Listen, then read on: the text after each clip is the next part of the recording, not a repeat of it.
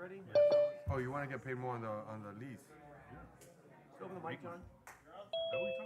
No, If everyone can take a seat, please. no, I never said that. I haven't. Good evening.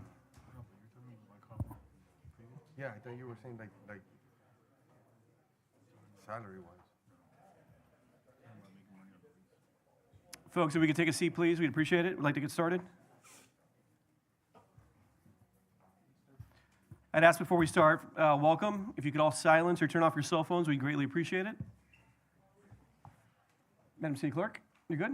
Yes. Okay, we'll get started. Good evening. Today is Tuesday, April 1st, 2025. The time is approximately 7 p.m. We will now call to order the City Commission for the City of South Miami. Madam Clerk, please call the roll. Yes. Mayor Fernandez, Present. Commissioner Boniche, Here. Commissioner Kaye, Here. Commissioner Rodriguez. Here. We have a quorum. Thank you. If we could please rise for a brief moment of silence, followed by the Pledge of Allegiance led by Commissioner Boniche. Yes. And again, we'd like you all to keep in your thoughts and prayers the family of Lucas Osuna, who was tragically lost this past weekend.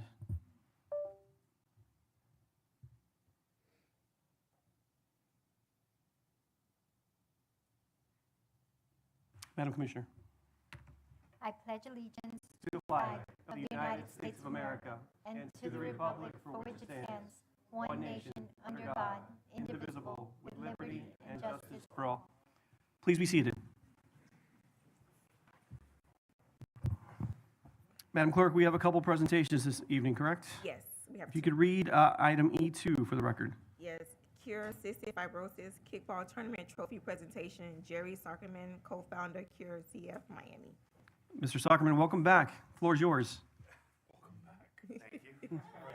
That's right. Welcome back. I guess you like it when I come back. Yes, sir. Winning is good. Yes, so thank you. Thank you very, very much for having me.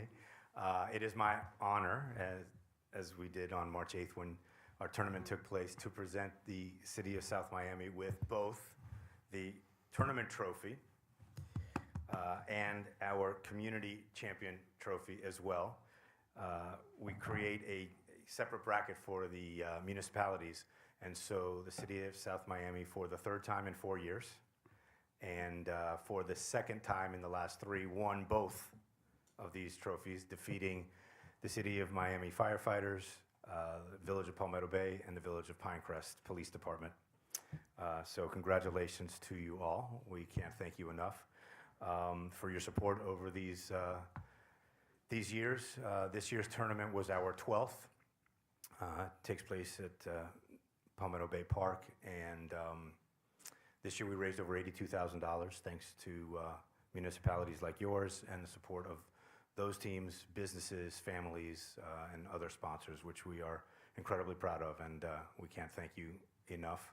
This trophy stays here at City Hall for you all. Jerry, before you for go the on, entire year. what did you raise money for, so the public goes Yes. aware? So I'm from the Cure Cystic Fibrosis Miami Foundation. So we are a local family foundation that raises money and awareness in support of cystic fibrosis and the Cystic Fibrosis Foundation. My goddaughter Delaney has cystic fibrosis. She's 14 and a half years old. It is a genetic disease that affects the lungs and digestive system and really any organ in your body. Unfortunately, she has a genetic defect, as do about 40,000 other Americans, that produces a thick, sticky mucus in her body that coats all of her organs, primarily the lungs, causes digestive issues as well. And so it makes it difficult to breathe over time. And people with CF are more susceptible to infections, and that does long-term damage to the lungs. Fortunately, there have been some miraculous advancements in this last decade and a half since she was born. And there are medications now that can treat the symptoms and the genetic cause and the defect for about 90% of people with CF. It is not a cure. There is still permanent damage. It's still long-term, and it is a debilitating disease. Delaney is, her pancreas doesn't function, so she is insulin dependent. It's a special kind of diabetes called cystic fibrosis-related diabetes, not type 1, type 2. It's completely different. She also has difficulty with digesting food and she has a feeding tube as well. So it's incredibly challenging for her, but she perseveres, and so do so many others with CF, and so we are incredibly honored and proud to be representing her and all of the other people with CF, and to continue fighting for this cause until we find a cure. And we will continue to do that. As a matter of fact, tomorrow morning I'm heading to the National Volunteer Leadership Conference in San Antonio, and I'm running from here to a meeting that my partner in crime, who is Delaney's grandmother, Bonnie, who's the co-founder of our foundation, is currently monitoring for an event that we're going to be having here in the city of South Miami at the South Miami Elks Club. Thank you for It's that. actually a prom. So it is an opportunity to revisit that nostalgia, sans chaperones, and for you to experience it actually with your significant other of today, because I would venture to say I could probably, on one hand, guess the amount of people that would attend this event with the same person that they may have attended their original prom.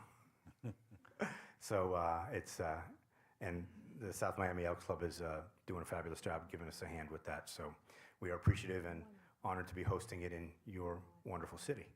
So thank you all very, very much. We truly appreciate the support of the entire community, and congratulations once again. Jerry, before you go, when is the event next year? And how do people get involved? Okay, so March 14th, I'm actually going before Palmetto Bay Council next month to request the date. So once that's all signed up, and they can contact us at info@curecfmiami.org or curecfmiami.org, www.curecfmiami.org. Our website is under some maintenance right now, so it'll be up and running very shortly. And anybody can participate. You just need to put together a team. Team is anywhere from as few as 8, although that's tough, to as many as 12 in the initial. You can add up to 6 more people. You can bring guests. There's a whole opportunity. It's really an entire community event. We have food all day, sponsored by some incredible food sponsors. We have a barbecue. Publix helps out with that. Giordano Salads does their salads. Miami's Best Pizza, Pub Grill has also been involved, and so we provide people with food and water all day long. People can eat to their heart's content, and it goes. It's a long day. You guys were in it till the end, and obviously came home with the trophy. I don't know that you guys know that that some people leave at like 2 because you're always there till like 6 or 7. Hopefully, we won't figure that out anytime soon. No, it doesn't appear so. I mean, since day one, you guys have been incredible, and you get some, and you're not bringing ringers either. You're bringing real South Miami. Yeah. You know. Employees. Yep. Yeah. Well, And commissioners. and played too. commissioners. Councilman. I mean, I know Steve has played. I think the mayor has maybe gone up to Tried. bat He's once tried to or play. Yeah, I twice. tried. He's tried to play. I tried to play. This year, I made a special guest Well, appearance. It's okay. Your city manager's played, assistant city manager. Chip was there- has the skin knees to show it. He For had- sure. And assistant city manager was there in spirit this year, Yes. and in, I don't know. A lovely cutout of her was there. Where is it? Where is she? Well, Jerry, congratulations on another you. great event. If you've not gone, to anyone in the audience, it's a wonderful way to support a good cause in really a great family environment.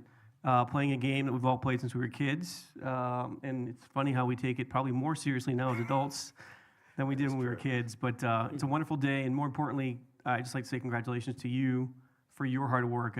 I know you put in a tremendous amount of time to raise this hard-earned money for a very worthy cause.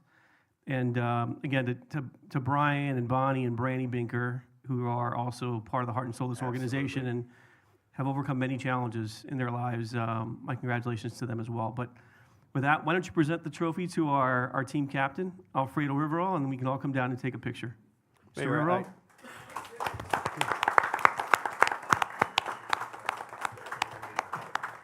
Mayor, if I may, just point of personal privilege, we do have employees in the audience that participated, and ranging from all our departments, so I want to thank them for going to such a... Well, let's bring them up for the they'll come picture, up for the photo, and so. if Mr. Riverol would like to recognize them on the record as well, we'll let him do Yeah. that. If you could Thank you. recognize the team, Alfredo? Bring him. I want to thank everybody for coming out, elected officials, for supporting the cause. It's been fantastic. We have such a great time, all of us. All different departments are recognized and are available and participate, and it's fantastic to spend the day with the whole staff and for this great cause. So thank you so much for everybody, and we're number one again.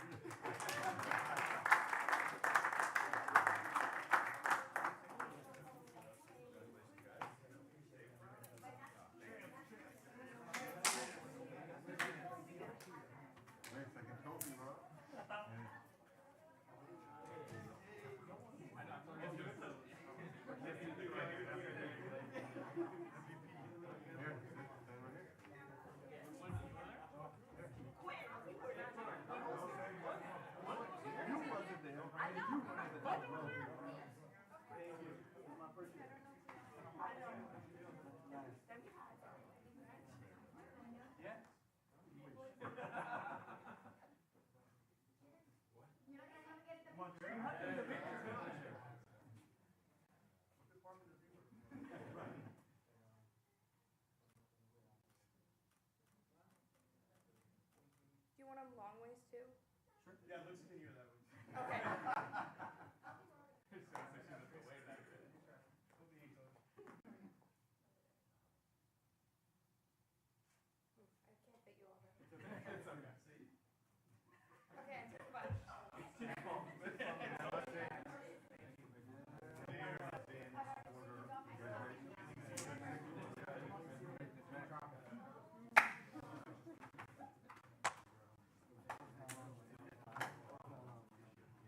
Congrats again, guys.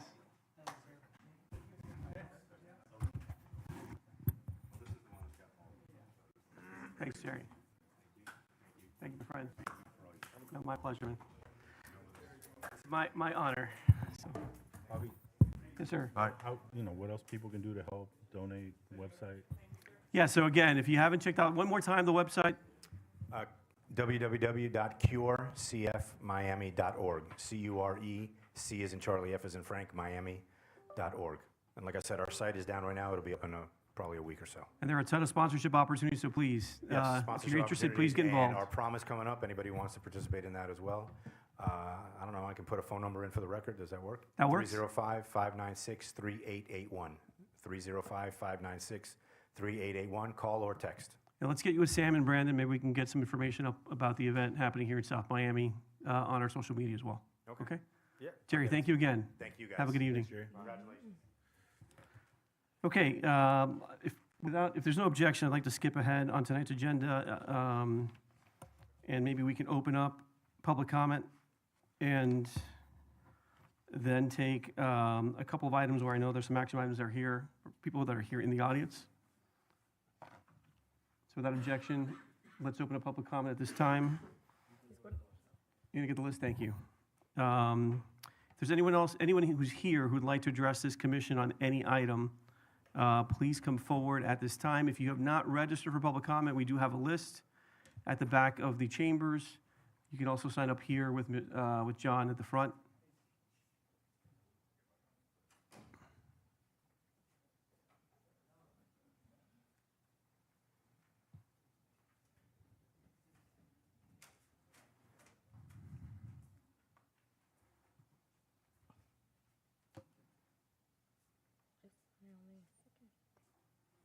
Folks, if you'd like to come forward and speak, you can always sign up afterwards. That way we don't hold up with me. Please come forward, just your name and address for the record. Good evening.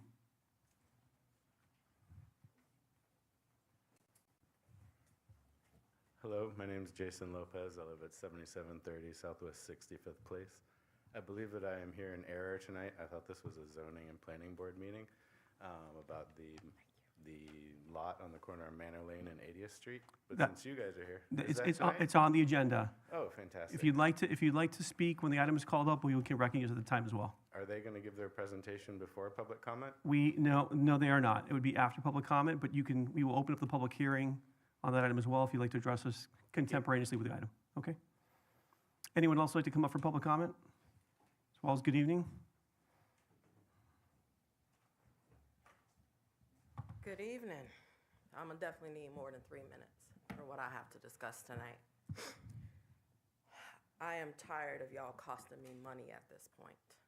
I am tired of the amount of time that has gone by and my community has yet to receive an apology for something that clearly has to be a directive that has to be coming from the leadership with South Miami PD.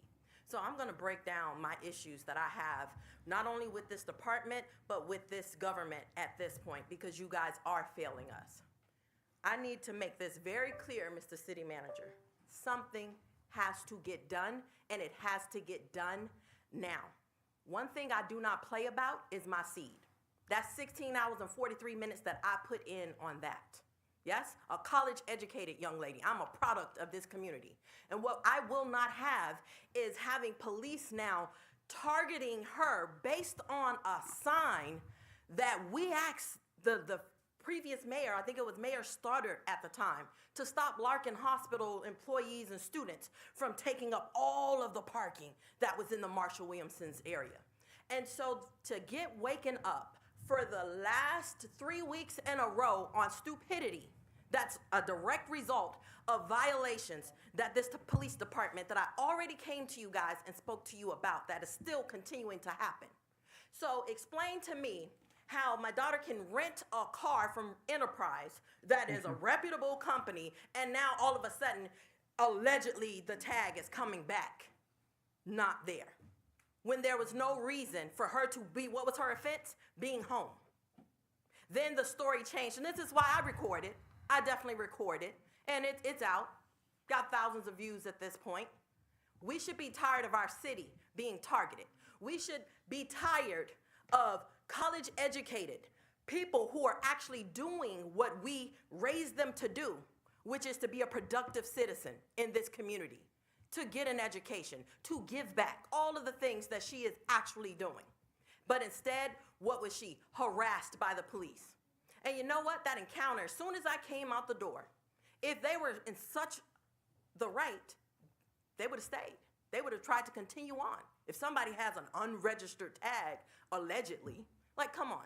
Like, I'm tired of the games. I am tired of the games. One of my mom's friends lost her son. You think that's the ideal time to now come and disrupt a funeral? A funeral. It's getting ridiculous, and I've had enough. I need you guys to be interested, and I need action. I want the after-action report for what happened after the Black History program, and I also want to know, I have yet to see the community officer. A lot of things can be resolved. Listen, in the North, they have those type of problems and relationships with the police. We've never had an antagonistic type of relationship with our police, which tells me there's a directive. They have to be carrying out someone else's orders, and that typically comes from the head. And here's the thing. The assistant chief came out and met with the community. I don't want to hear the excuses of, oh, we didn't realize it was private property. I want that apology for Miss Tula. I want that apology for my mother. I want the apology because it's clear, and you all know that over 20 plus years, we've been a private community. And none of you have yet to apologize to what happened to the seniors in my community. None of you have apologized to even me for what I've witnessed. None of you have apologized for what took place with my daughter this past Saturday. It's ridiculous. There's no reason for police to be harassing people who are not breaking the law, people who are doing nothing other than just arriving home. Broke no laws, none. I'm sick of it. And I'm asking this commission, I'm asking you, Mr. Mayor, before this thing has to escalate, even further, because I promise you, if we want to turn this into Mississippi Burning and we want to be the latest city on the news, I can do it. I think you don't know who my pastor is, and I think you guys don't realize, what's waiting. We got to do something about this now. Your time is up. We fully hear you. And I'm going to use my mama's time. We fully hear you. Is she here? Huh? Is she here to give it to you? She's on her way. Okay. Okay, there she go. Okay. So, that's fine. and that's not my only issue, though. If I could address your comment. So, as to the after-action report for what happened at Lee Condominiums, for the benefit of the public as well, the chief has retained outside investigators who have conducted interviews in the community about the event. They're compiling a report. Those interviews, I think, just concluded this past week.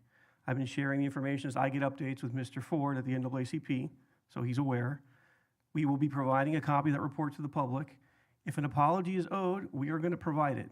Okay, we're just going through what are the steps to understand what transpired, so we get a full perspective from everyone in the community about what may have happened that was improper, proper, but we'll have an accounting of the facts that we will happily share with you and everyone else. I believe the chief has gone out and met with the Lee Condominium Board. I was not advised of the meeting, or I would have been there personally, happy to go when the report is completed and present the findings of the report to the community and have a conversation about it. Okay? What do you mean if? What do you mean if? If what, ma'am? What do you mean if an apology? See, that's my issue. Ma'am, What do you mean by ma'am, we're not here, I have my own opinion about what happened, which I will share at the appropriate time. I'm allowing the police chief and the department to do their work, right? We're here to discharge an obligation, which is first and foremost to keep the public safe, right? We all may have an opinion about what happened at that incident, but we have to allow there to be a compilation of the facts. That's what's happening right now. It's not an issue that's being ignored or brushed under the rug. I don't want to give anyone that opinion. Okay, the chief has undertaken to expend resources to have an outside group of people, okay, do an investigation and understand where we may have failed, okay, in our management of that particular event, and where that encounter may have gone in the wrong direction, okay? Fully acknowledges the possibility that something wrong was done, okay? But I'm not here to judge it until I'm giving an accounting of the facts. Okay, but I'm telling you, I witnessed. Ma'am, I'm not saying that your perception is in any way wrong. I've seen all the videos you've posted. I've seen the other videos that have been posted by people in the community. I've observed them. I have my personal opinion, but I'm waiting to get a full perspective based on that investigation. So there is an accounting of the facts that's underway. Again, if you have a question about it, I'm not hiding from anyone. Yeah. My cell phone is on the city's website. You can contact me anytime to ask me about the status of it.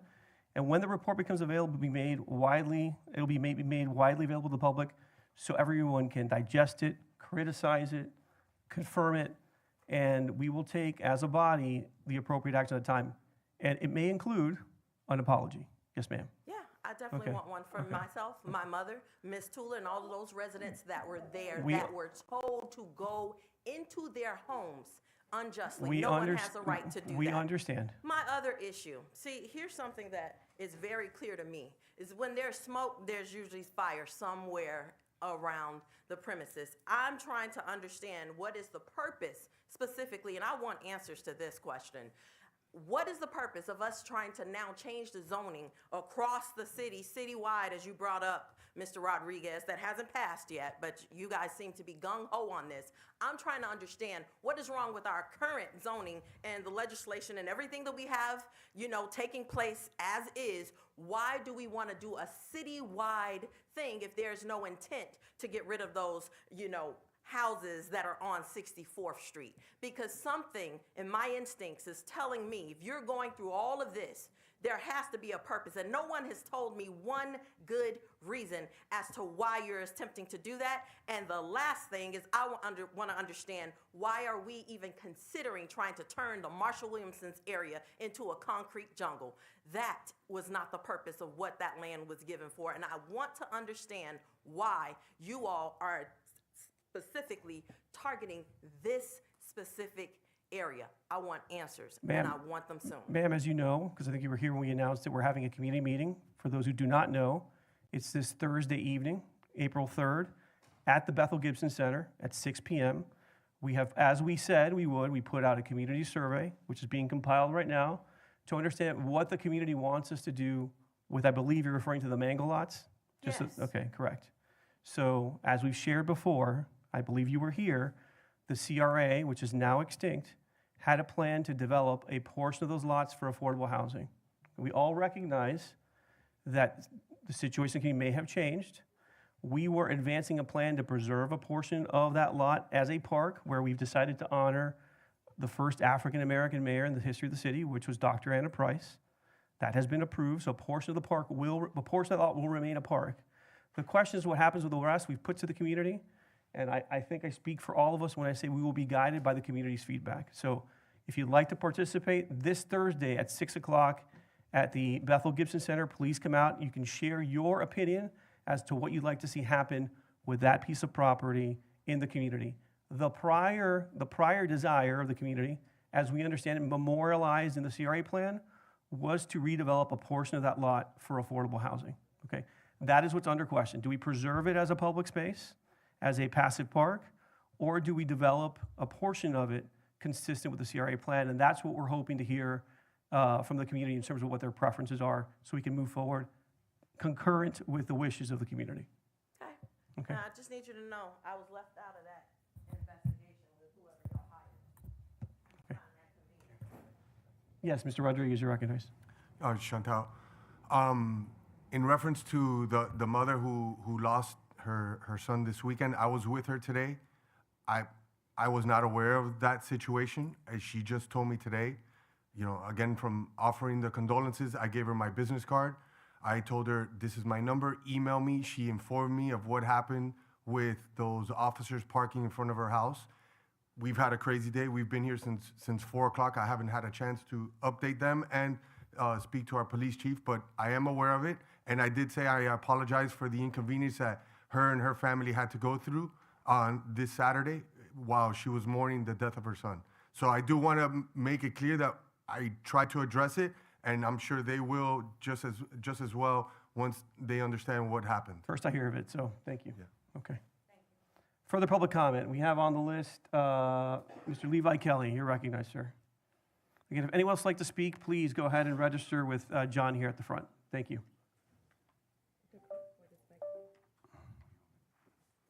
Pass it back to John. Brandon. Brenda. Levi Kelly, 6250 Southwest 60 Avenue, Good evening, sir. born and raised in the city of South Miami. Just to give you a little context there.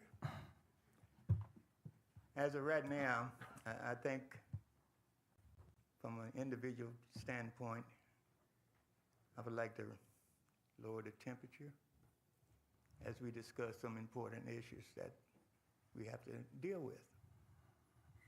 I think that in the first part of the discussion, there were some things that happened that shouldn't have happened. But those things are being discussed, they've been investigated, there have been community input in terms of talking to the investigators. I know for a fact that there's going to be a finished product that's coming aboard. I personally had conversations with the chief and the assistant chief. They're committed to doing what's right. And I just want to make sure that everybody in this community know that this is not going to be overlooked and it's going to be done decent and in order. I think there's too much at stake for this city, a good city. And I think that we, as a community and as an elected government, have in the past had a good working relationship. And I think that relationship is still there. I think there's a real need to peel back a little bit of the anger and the anxiety that happened before, and just discuss it in a civil manner. I think that, yeah, there's some things that made me angry, but I'm not going to burn down City Hall. I'm not going to get to the point where I'm going to be pointing fingers at individuals, because it's a collective effort by all of us that need to happen. I think the fact that we as a community have an obligation also to make sure collectively that our voices are heard clearly, and that in totality, not by a few. And based on that, I think that we need to keep that in mind and move forward with what we need to do as a community. I know this manager has committed, I've talked to him, to make sure that everything is going to be upright, up straight to the point, no hidden agenda. And the fact that the chief has made it a commitment also that his officers are going to be looked at pretty clear-eyed, and where there's improvement need to be made, he's going to make those improvements. So that's on the first issue. The second issue, as it relates to the affordable housing complex area. I served on the board with Anna Price. Her commitment was to have additional affordable housing. And the part of that plan was that area facing J.R.E. Lee. She wanted that to happen. And it would be very appropriate at this time to make that happen, with part of that being recognized as a passive park for her, as she overlooked that development, so to speak. I think that's something that should happen. It shouldn't be a debate on that. I think those who have served the community in some capacity understand that we are somewhat losing the ability to tell our story as a black community because of the fact we don't have the necessary housing. I've talked to people every day that's down south. I want to come back to South Miami. My family, my uproots, everything is here. I'm down there with strangers. I don't feel comfortable. So I think that we need to keep our eye on the prize, make sure that we understand what we're asking and why we're asking. And I'll just leave it at that. Thank you, sir. Appreciate that. Thank you. Further names?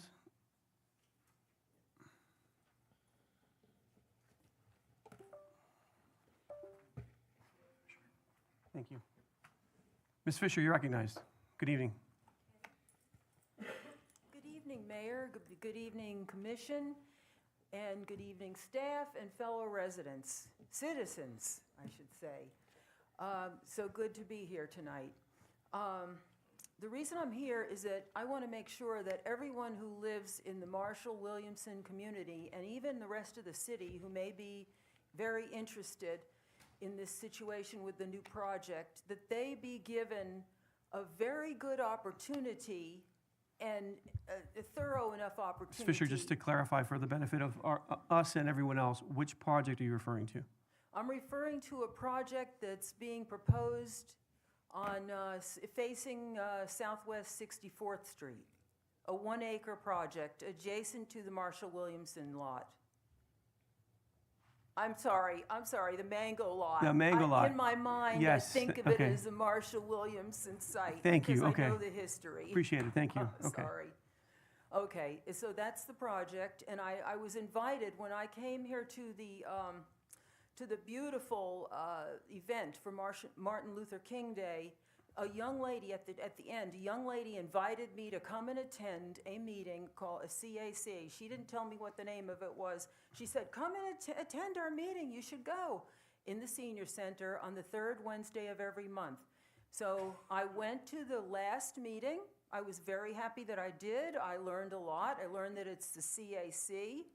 And Dr. Joyce Price was the moderator of the meeting. And I connected with a lot of people I hadn't seen for a long time. It was great.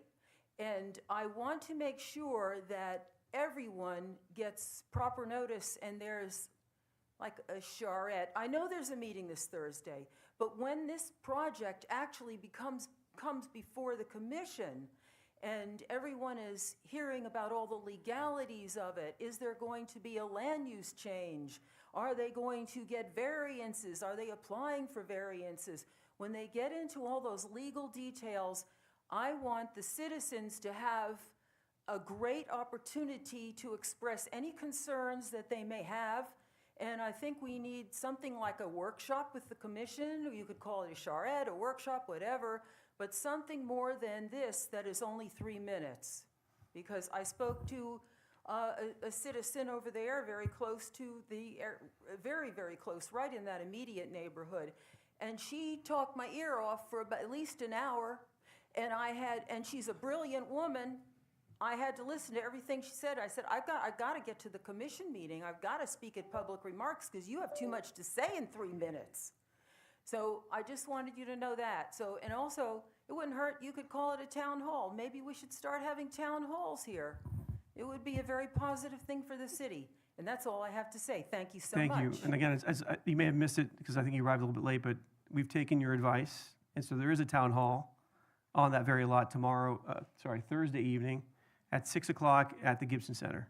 So we will be soliciting public input as to what we should do, if anything, with the Mango lot, whether it should stay a passive park or whether we should develop a portion of it consistent with the CRA's prior plan, which was to have affordable housing on it.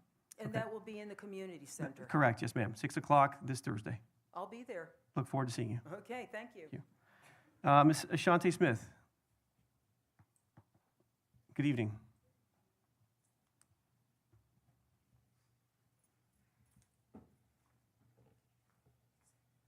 Hello. Good evening. What am I supposed to say? My name? Your name and your address for the record, please. Thank you. Okay. My name is Ashanti Smith. My address is 6102 Southwest 68th Street. So on March 23rd at 11 p.m., I was in because I live in the Lee Parks condominiums. So there's a dead-end circle, and I had a car I was a rental car at the time. And I had parked my car, and I was probably, sometimes you just sit in the car probably for like a few minutes after you like pull up. So that was me. I was there for probably like 10 minutes. And I'm sitting in the car is still running, and then I see a bunch of flashing lights in front of me, and then up on the side of me, somebody knocked on the door. So I was confused. I'm like, okay, So I rolled down the window, and they said, is this your car? Is this registered to, where's the registration? And I'm like, what do you mean? I was like, this is a rental. He's like, oh, well, you're parked illegally. Or first he said that the car wasn't registered. Then he said I was parked illegally. And so I felt harassed because I had 3 cops surrounding me. I have the pictures and everything surrounding me, and video of them surrounding me. I gave them the registration. And then he pursued on saying, oh, where's the rental agreement because it's not registered? Well, first of all, it's Indiana, so we're in Florida, so obviously it wasn't registered in the state. And then he just kept switching up the story about why he was there. Then when I said, okay, first he said it was about the sign. And I'm like, there are so many cars that were parked on the side of me. So what about that car? What about that car? Everyone that lives in Lee Park condominiums in that dead-end circle, that's extra parking. And it's been like that for years. That little red sign that's been there, you don't even know if I've been there for 2 hours or how am I illegally parked.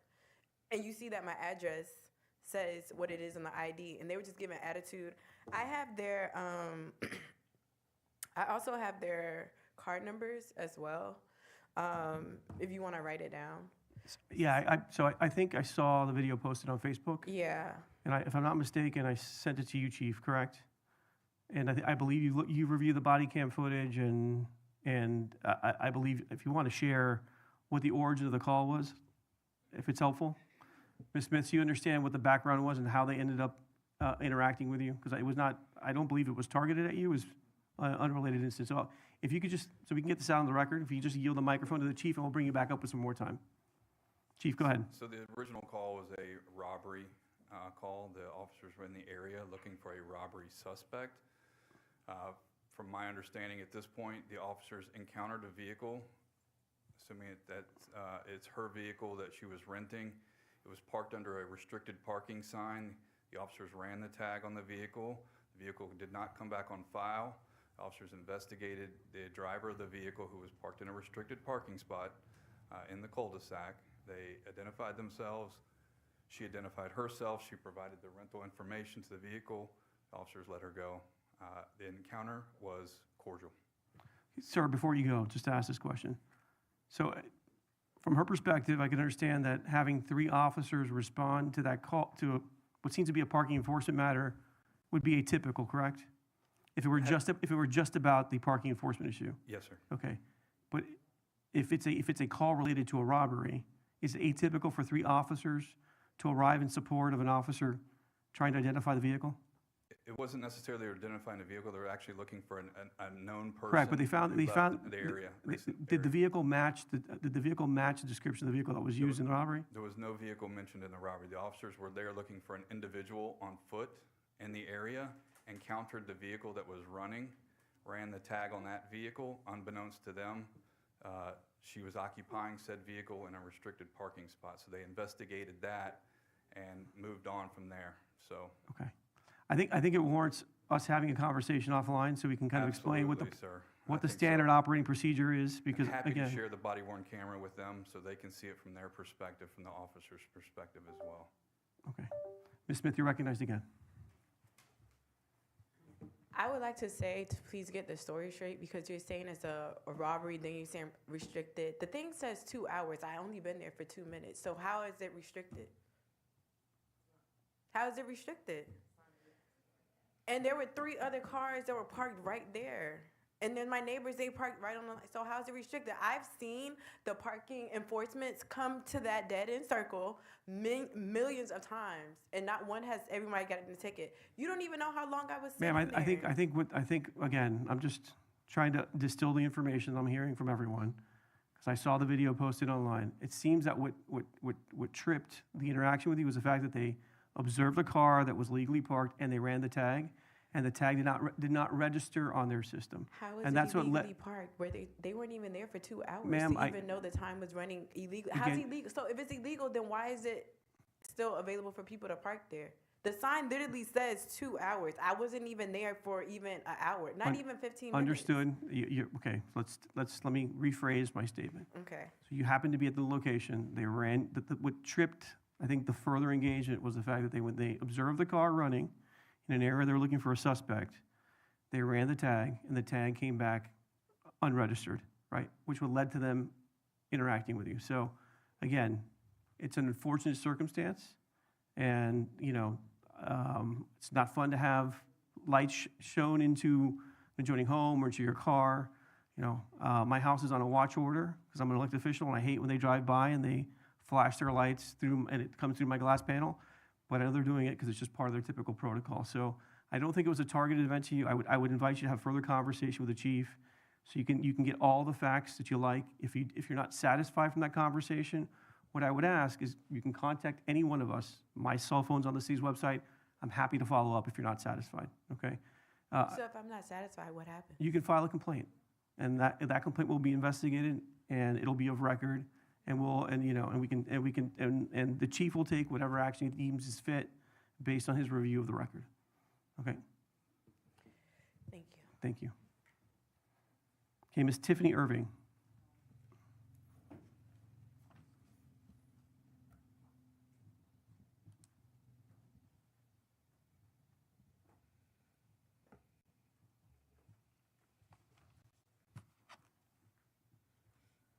Good evening.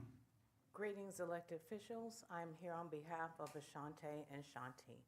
I want to discuss what I've seen as a resident of South Miami.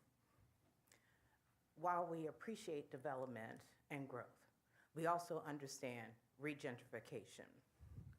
What happened to Ashante Smith is deplorable. It should not happen to anyone, let alone a young Black woman, where 3 or 4 officers show up to detain a citizen of South Miami. It is inexcusable, in fact. As a member of Delta Sigma Theta sorority, over 400,000 members strong, as a member of the NAACP, with contacts and understanding of while we want growth, while we want development, we can't push out the old to allow for the new. Our citizens do not deserve that. There are families that have lived in this area for over 50 plus years. My grandparents moved here in 1973 in Lee Park condominium. I have recently moved back to this area, and so that you have for the record, Tiffany Irving, 6111 Southwest 69th Street, South Miami, Florida, 33143. I've recently moved back to the area and was very disheartened and amazed to see the quote-unquote growth of this community. The University of Miami students parading around with no clothes on. Regentrification. The citizens being harassed in this area because of regentrification. We do not deserve this. We can all coexist, but not at the point of pushing out the old to develop and embrace the new. We should not have stood up for it.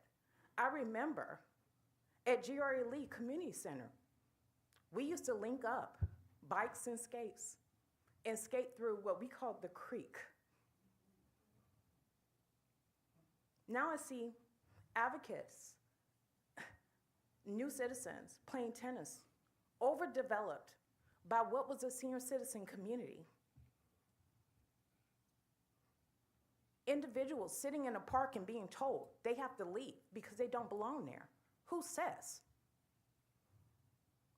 We do not deserve this. We do not care for this, quite frankly. And when one of mine, because Ashanti is my sister's goddaughter, is harassed by law enforcement, my dad is blue, but he'll always say he's black. There's no blue or black. When one of mine is harassed, quite frankly, I am now taking off time from my job, because I work 11 to 8, by the way, to speak about the injustice. I saw the block party, I saw the unity, I saw what it was supposed to be. I saw that we got a little bit excited and crouched in the streets, and we came and spilled over, and that made a little bit of people feel uncomfortable because we were doing what we always did and always do. I saw it. But quite frankly, there needs to be an embracement, and it doesn't have to be with harassment. We can all coexist. We can all embrace regentrification, but not with someone's life being possibly in danger. That situation could have gone a different way. And we will not stand for it. That is my time. Thank you. Thank you for your comments. Is there anyone else who'd like to address this commission on any item? Please come forward at this time.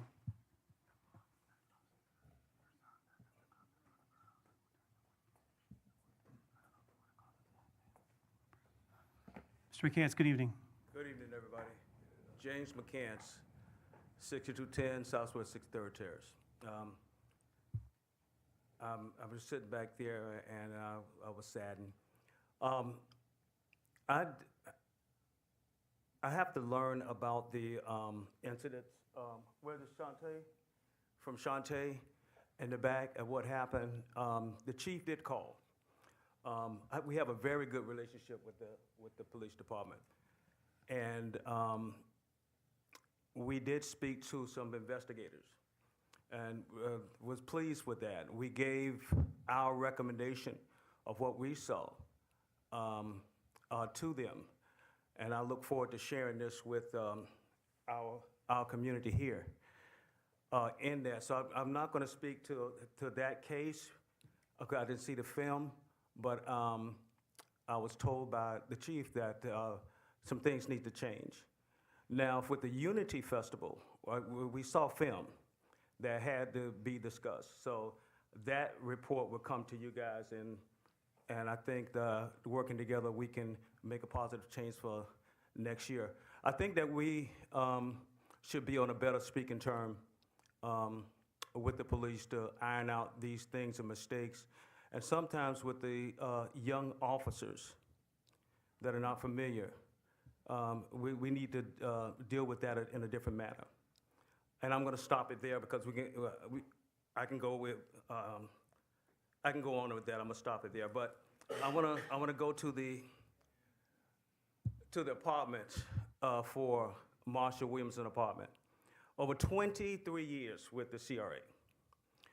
We gone through planning, we begged residents to come speak and be a part of the planning process.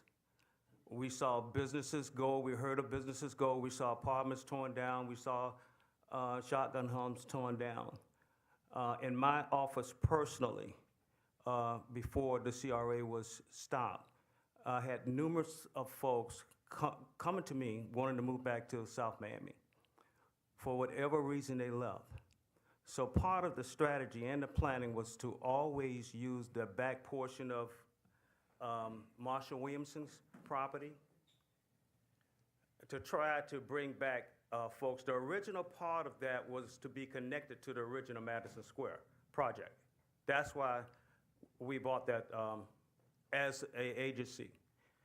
That was shortchanged with us. We lost, within a 10-year period, 189 housing units. Just think about that, 189 housing units. And we're not talking about just one family, we're talking about grandmas, mothers, and then granddaughters, and then children. So we wanted a place that we can actively have people come back and have a chance to come back in South Miami so that we can live to unify and fight for another day. I believe that the young people like Shante coming aboard and others, that they can have and maybe do things a little bit different from us to make it better so the community can actually come together for a positive change. And that's what that portion was meant to be used for. So I hope you take that in stride, and we're gonna talk about it again on Thursday, and everybody just have a good night, man. Okay? Thank you, sir. Further comments, please come forward.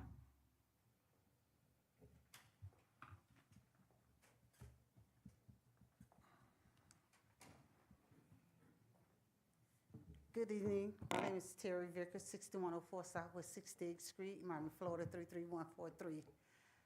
I wrote the original email for those signs to be put up in the back of Lee Park. The signs was originally supposed to be so that Locken Hospital would not park back there. I also spoke to the mayor when he put those signs up, saying those was the wrong signs he put up, saying that it was only for the senior citizen in Marshall William Park for 2 hours. Is there any way we can have those signs taken down? Because now we do not have Locken Hospital Park there. They have a parking lot that they park in. So, Ms. Vickers, I think what we can do is have Mr. Riverall runs our parking enforcement program, for lack of a better way of describing it. What we can do is, if we want to make that a residential parking zone, so it benefits the abutting condominium association, we can certainly sign it that way, as we have in some other neighborhoods. And so, Mr. Riverall, if you can work on having a conversation with the association and figure out that's something they would want, we can certainly go ahead and change the signage out. We've done that in other areas that are adjacent to commercial, like a hospital, where there's spillover, and often people that are working in the adjacent business will park in the residential area. We stripe them so that actually people can park curbside, but only people that have a residential parking decal. So that would be one way to kind of help, I guess, mitigate any potential conflict there. Okay, then I have a question and a Please. second question, but Quint can answer this question since he's the director of the park. There's a corner sack in the middle of the park where used to be swings. Our kids in our neighborhood does not have a swing set on our park. I go to Danny Fussell, I go to, especially, I don't even want to talk about over there, by that park over there, y'all spent all that money over there. They have all this new stuff, but our kids does not have it. What is coming into our neighborhood for our kids as far as park and recreation? Is Quentin here? I'm sorry. Yeah. Quentin, if you he's can come sitting up. What is the history on the swing set that was there, and why was it removed, if it was removed at all? Good evening, Mayor, Good evening. Commissioners. Upon my arrival about 11 years ago, there was a playground structure underneath the power lines. Also, underneath that playground structure is the main water main extension that goes down, what's that, 68th Street. So upon my arrival, we were looking at replacing the playground structures, which included a swing. It was deteriorated at that time. It must have been about 13 years old. It was time to take out the old, bring in a new. We brought in 2 new structures. During the permitting process, we could not put that playground structure at that same location. Again, underneath there's a water main extension that goes all the way down 68, and above are the power lines. So for those reasons, we had to place the 2 new playgrounds that are there now in different locations, and that's where they are today. Okay, so I think we are working on a Parks Master Plan, Ms. Vickers. So we've, our master plan is over 10 years old at this point, so we're just starting that process now. I think we can work with the Parks Department to figure out if there's a place where we can actually locate a replacement apparatus.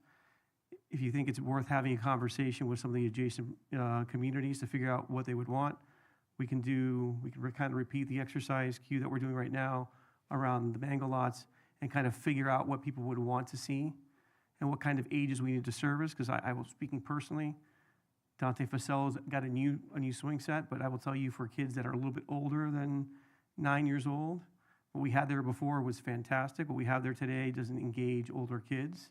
So it's not just about replacing it with something, but also replacing something that gives kids from, toddlers to, pre-adolescence an opportunity to kind of still use that space. So let's follow up on that conversation. Is that an area, Mr. Manager or Quentin, that we're charged with maintaining, or is that county right away? Who's got jurisdiction over that space?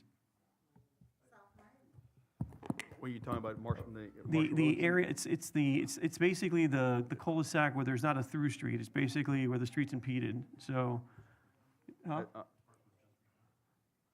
the park to the north, but the area that's south of the park, adjacent to the condominium, that's the area you're talking about, right under the power lines. It's, if you were to run the street east-west, it would run right through that section, right? I don't know if that is our right-of-way or someone else's.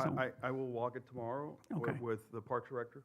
Okay. And we'll walk from end to end. If someone can get Ms. Vickers' number, just so we can follow up, at least we can keep an open line of communication with someone in the neighborhood about what is or is not going to happen there in the short term, okay?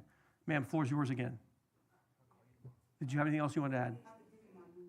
Okay. Thank you very much, ma'am. Please come forward. Mic's open.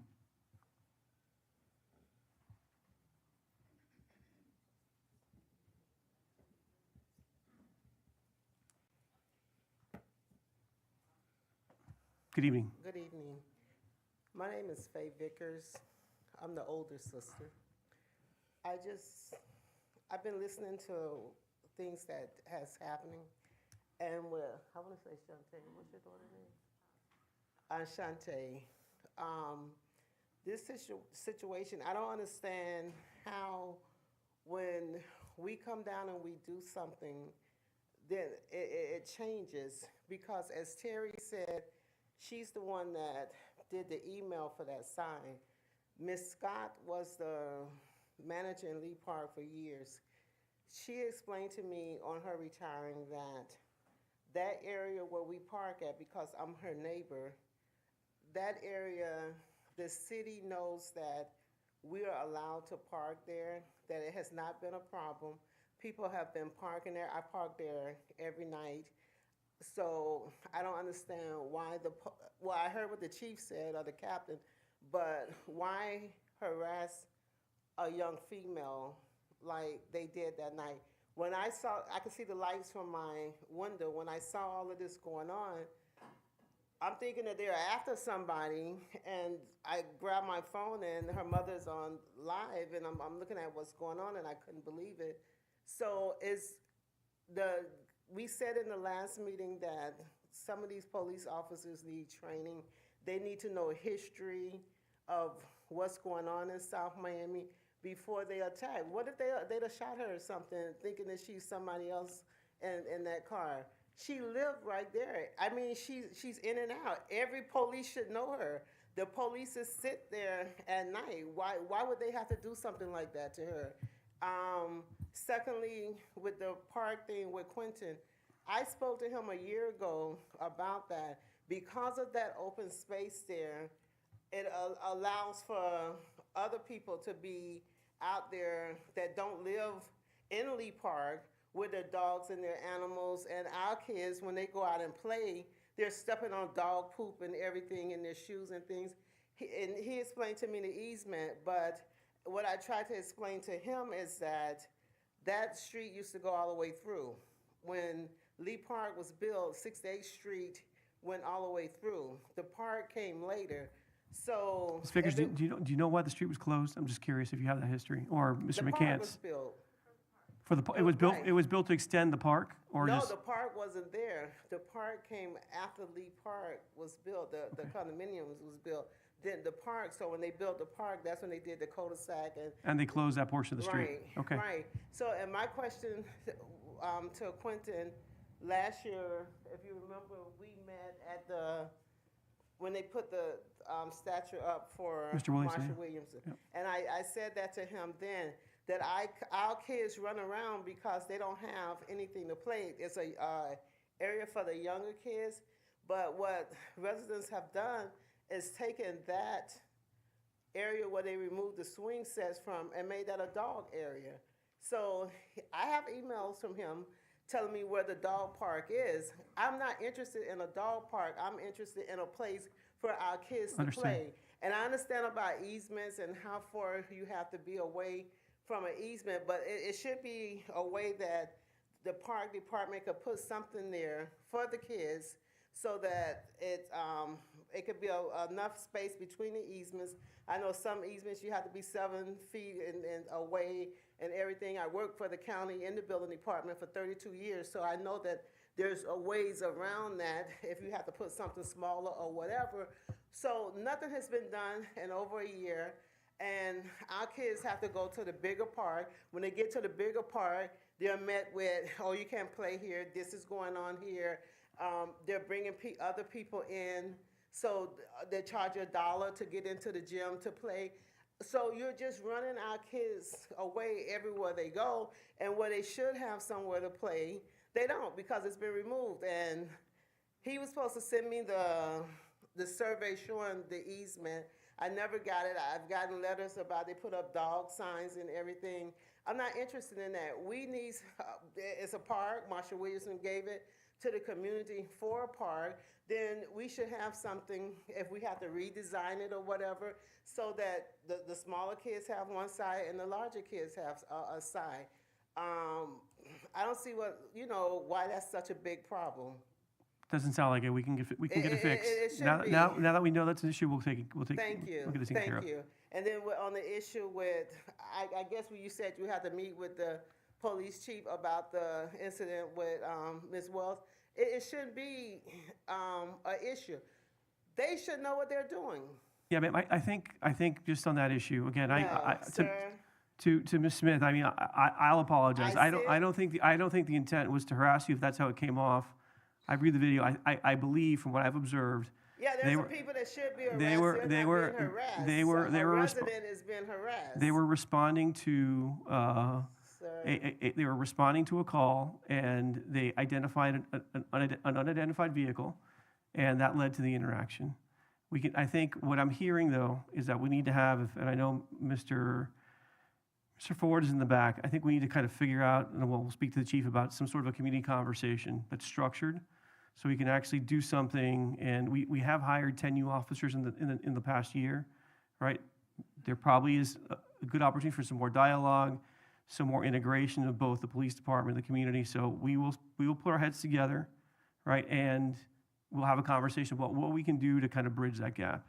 Now, what I would ask is, I think to a person on this dais, including Commissioner Corey or the Vice Mayor who's here, we're not afraid of having these conversations.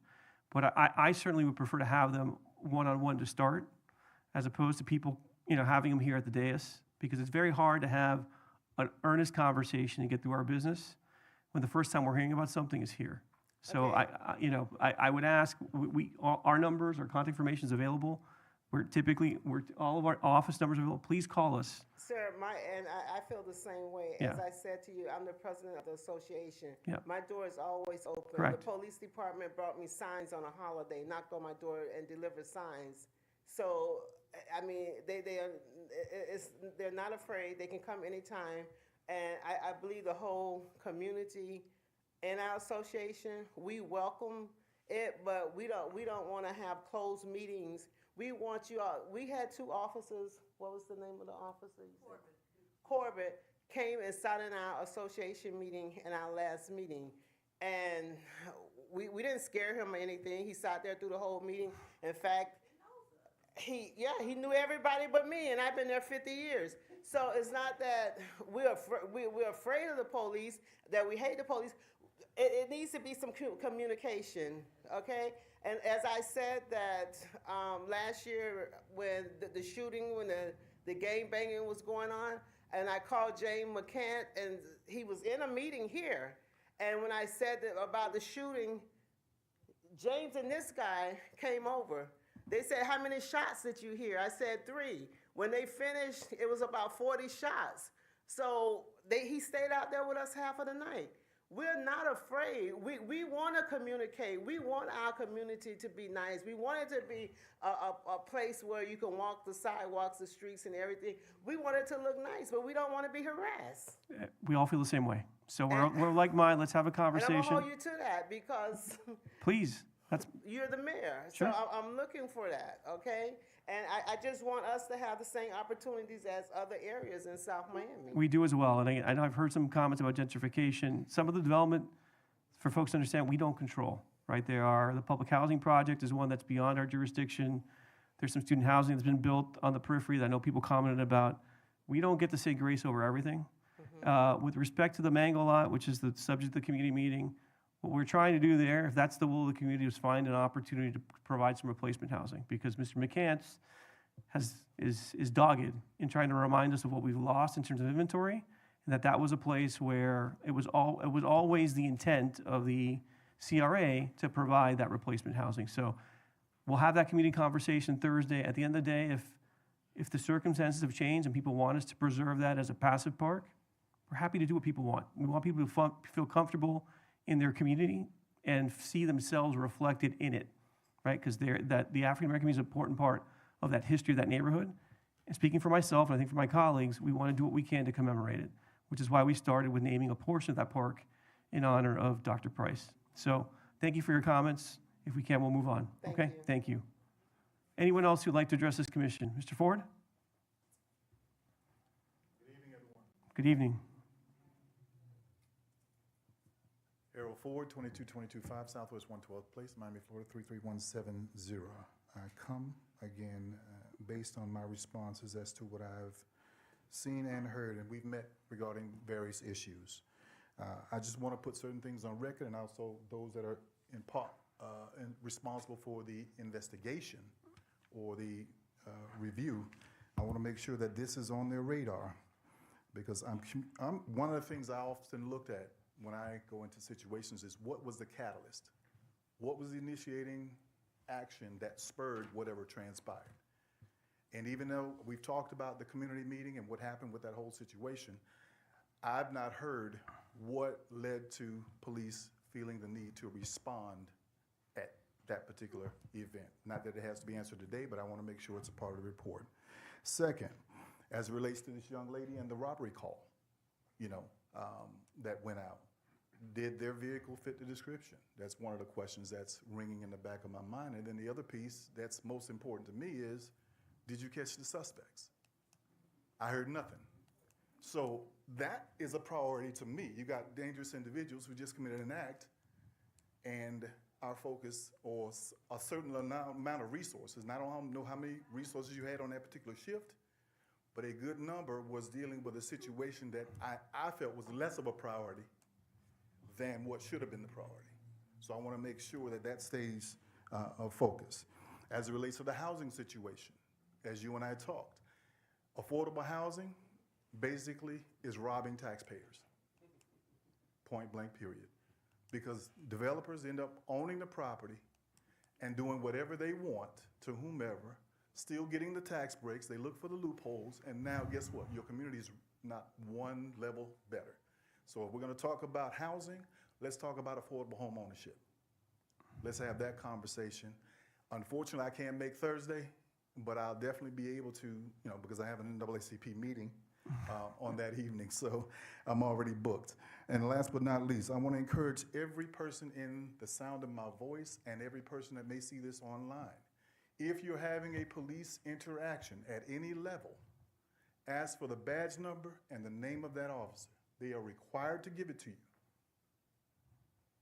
So that we can only, without information, we don't know if we got a pattern of problematic individuals that you all may need to deal with. So I want to encourage everyone, and definitely I want you to encourage you all to promote that as well. Because again, you don't stop it by just saying, we'll look at it, we'll investigate it, and we'll come back and see later. Because if we're not identifying who those individuals are and making sure we make the proper notation of that, we'll never be able to get to the root cause of the issues and the actions in this city and in this community. Thank you. Thank you, Mr. Ford. Mr. Dean? Oh, sorry, Ms. Dean, sorry, Ms. Dean. Yeah, no problem. That was my fault, sorry.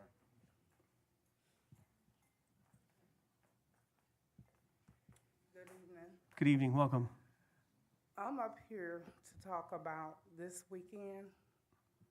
I lost my son on March 17, Condolences. and I called and spoke to Sergeant Corrigan about an escort from Marlin Missionary Baptist Church, and he said that they didn't do that anymore, but he told me to reach out to Sweetwater and the city of Miami. But at that point, the funeral home, which is Paradise in Richmond Heights, told me that they would handle it. So they did, they took care of it. But on Thursday night, as my family was coming in, we were sitting out there playing music. The volume probably was like 1 or 2% because we didn't have to scream over each other to talk. The radio was real low, and it's 5:30 in the afternoon. We were talking, and then all of a sudden we seen all the polices coming up with the flash. So we sat there for a minute, and then I seen them jump out their car. At that point, I got up and went to the gate and say, "May I help you?" They say, "Well, we got a call saying that the music is too loud." I said, "Well, you all are here. Do y'all hear the music?" "No, we don't hear the music, but we got to do our job. We got a call. We got to come out and check it." I said, "Okay." So they left. They comes back again. The music's still at the same volume. And everybody's just sitting around grieving. We were grieving because my son's death was not planned. He was on an operation table when he died. And he went in just for coughing up blood.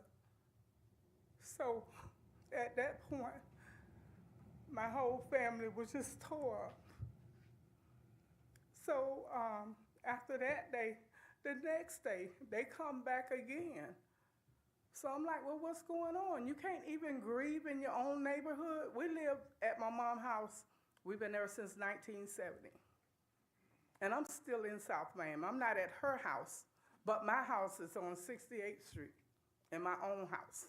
But that's where we celebrate. That's where my son is. He's there every day with her. So at that point, my mama come out, want to know what's going on. Why the officers keep coming? We're just grieving. Nobody wasn't smoking anything. Everybody was on the sidewalk just communicating. Family was steady coming in. And I told the officer, I said, "If y'all coming out for these people that's on this street now," and the whole block was loaded with cars, I said, "Wait till Friday. I'm going to have over 200 family members here." And it was. And the funeral was too, 200 plus people. That's just how big my family is. So the thing is that we need to get these officers together. When people are grieving, they don't need to be intimidated by these officers. You know, you come up and tell them to stand on the sidewalk, don't stand in the road. Everybody's grown. Broad daylight. You can't stand in the streets. Ain't no cars coming. I just want this to be on record. They really need to do something, because if they did it to my family, they're gonna do it to somebody else. And thank you. Okay, thank you. Our condolences again, ma'am.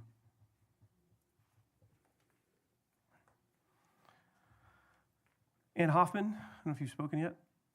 Good evening. Good evening. Welcome. I live very close to the empty lot at 66th Avenue and 80th Street.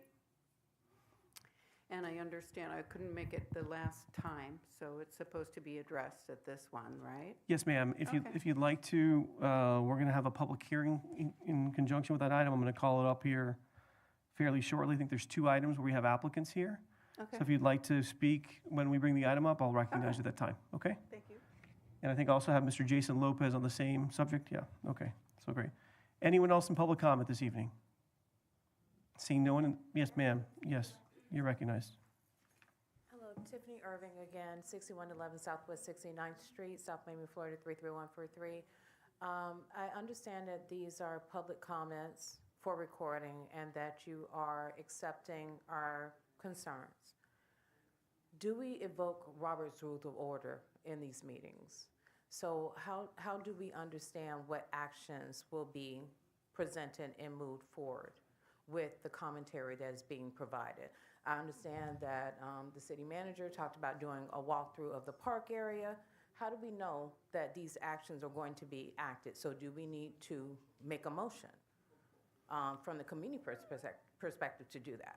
No, ma'am, the motions get made up here, but we Okay. certainly have, the manager has, I think, we've worked together for a while. I think the manager understands when we ask a question, we typically want to see some follow-up, so I'm sure with respect to the community park issue, he'll work with Mr. Poe to assess the area and come back with a recommendation as to how we can improve it. On the issues with the police, we will follow up. I know we had another item, Ms. Vickers mentioned about parking, so. Because I there's think several. Everyone, and we'll have minutes that are reduced in writing by our clerk, so those will get reviewed as well. So we will have follow-up action on these items. To the extent that you're interested in any particular one, please let us know. We're happy to keep you updated on what's being done. More importantly, interested in the protection and the safety of our citizens of South Miami, but also the fact that I do agree in Please, if we can growing keep up- comment, sorry, ma'am, if we can please Sure. refrain from speaking in chambers because we can't hear the speaker here at the microphone, I'd appreciate it. Thank you. Yes, ma'am. Thank you for your politeness. No. That we are concerned that I don't have kids. I am a sister to a Yorkie, quite frankly, but I have godchildren galore. And we want them to have appropriate places where they can play and interact and not have to go to Dante Facel, not have to go to Tropical Park in order to be able to interact. And I did see, because I do walk, I'm trying to exercise my health and wealth, that the swing was missing, which was an intricate part of me growing up in that area, and that cul-de-sac that everyone is talking about, and it is a desolate, empty space.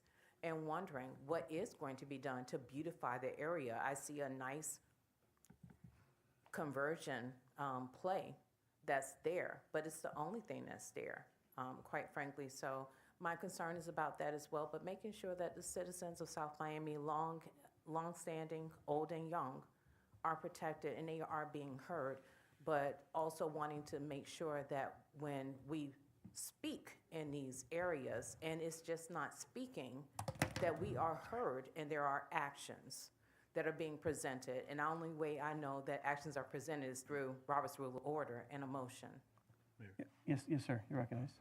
I think that one of the things that we do and try to reach out to the community as much as we can is give our phone numbers, office hours. I meet with countless residents and we talk about issues. We come up with action plans, we come up with meetings, we have goals oriented, and we move and execute on a lot of these type of programs. So I really tell the community, everybody, to get involved by giving us a call, coming to our office meetings, and just having a chat so we understand and come up with a plan. So coming up with the plan is verbal. What are we putting in writing so it's enforced? We need to come up with a plan. Ma'am, so if I may, just reclaim the gavel. With respect to the items that were raised, as I mentioned, I think the manager has our direction, as do Mr. Riverall and the Parks Director. We do not act at that level of formality, except when there's an action item that's on the agenda. So he has our direction.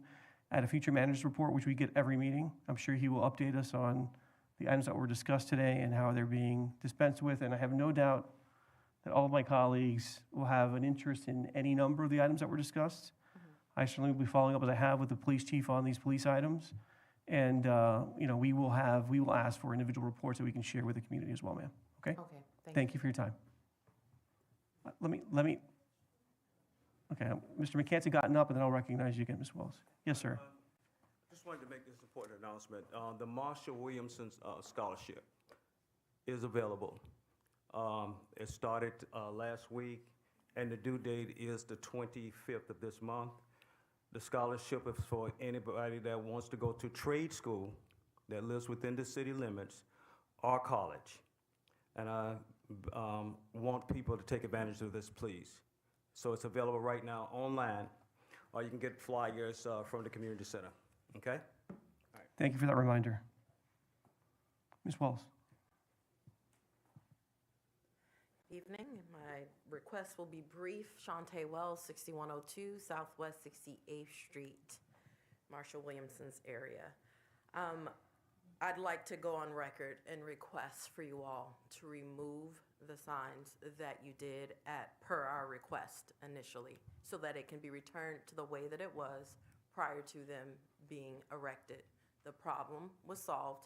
The parking department was never involved in it. It was something that the mayor's office did with Parks and Recreation just to help us as residents. The other side of the park where there's parking, as you'll see, there are no signs because there is not enough parking for those areas. And our residents are primarily seniors. So it's always been included in that. So we're just simply asking for you all to remove the signs and return it to the way it was. Okay, Thank you.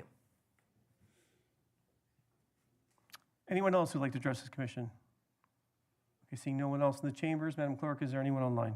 Anyone on Zoom, please raise your virtual hand. No. Okay, so we'll close public remarks. Colleagues, I think we have two application items that we may have people waiting for here in the audience. Why don't we take up item 8 on first reading, which I believe is the Manor Lane parcel. So, Madam Clerk, if you could please read item 8 for the record. Yes, item 8, an ordinance of the Mayor and City Commission of the City of South Miami, Florida, amending the zoning map of the City of South Miami to change the zoning district of the property located at 6540 Manor Lane from duplex residential RT6 to townhouse residential RT18. Thank you. Mr. Manager, is there a presentation by staff? Or yes, Mr. City Attorney? Yes, may I read the quasi-judicial? You may. And Mayor, this would apply to items 4 and 8 on this evening's agenda. Item 4 is a final plat application. Item 8 is first reading of a rezoning ordinance. The clerk has read the title of the resolution prior to the public hearing on each. The public hearing will include presentations by staff and the applicant and public comment. The commission may ask any questions either before or after public comment is closed. Following public comment, the commission may deliberate on the item. The quasi-judicial procedures require the commission to consider the evidence presented to it and base its decision on the applicable law and primarily on the evidence presented, whether by the applicant, staff, or members of the public. The staff report and the resolution provide the applicable law and criteria for approval of the final plat in item 4 and section 20-4.2 of the Land Development Code. With item 8, which you're going to hear first, this is the first of 2 readings of the ordinance to consider the applicant's request to rezone the property. The criteria to consider is section 20-5.7, and generally the consistency of the proposal with the comprehensive plan and the compatibility with the surrounding area. The evidence considered must be substantial, competent evidence. This means testimony or other evidence based on personal observation or relevant expert testimony that a reasonable mind would accept as adequate to support a conclusion. It is not a popularity contest. It cannot be based solely on non-expert opinions, no matter how fervent those opinions might be. Anyone who seeks to speak on an item should be given an opportunity to speak during the public comment portion of each hearing. If you intend to provide testimony on either items 4 and 8, you should be sworn in before your testimony is taken. Please know if you do speak, you may be subject to cross-examination. If you refuse either to be cross-examined or to be sworn, your testimony will be considered in that context and given its due weight. The general public will not be permitted to cross-examine witnesses, but the public may request the commission to direct questions on their behalf to either staff or the applicant. At this time, if you wish to speak on either items 4 or 8, I'd ask that you please stand and raise your right hand.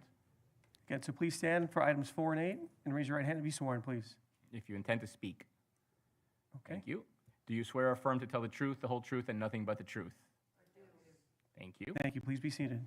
Madam Clerk, can you confirm that the advertising and notice requirements for these 2 hearings were complied with? Yes, they were. Thank you, Madam Clerk.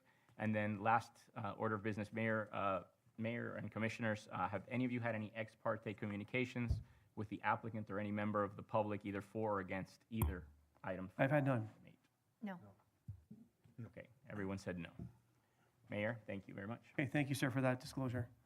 With that, I guess we have a presentation from staff on item 8 to start. Good evening.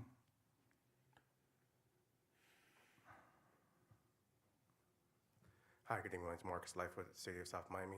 On behalf of the city, we have Calvin Giordano and Associates, or our consultant who reviewed this application here. Mr. Craig Pender is here to give a presentation on the item. Thank you, Mr. Lightfoot. Mr. Pender, you're recognized.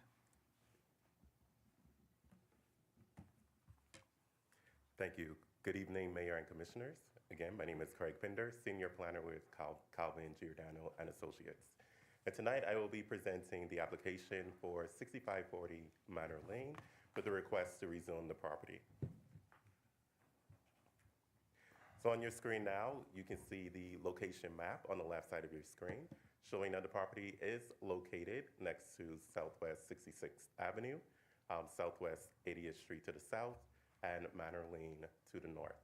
So the request before you is to amend the city's zoning map to rezone the property from RT6, which is duplex residential, to RT18, which is townhouse residential.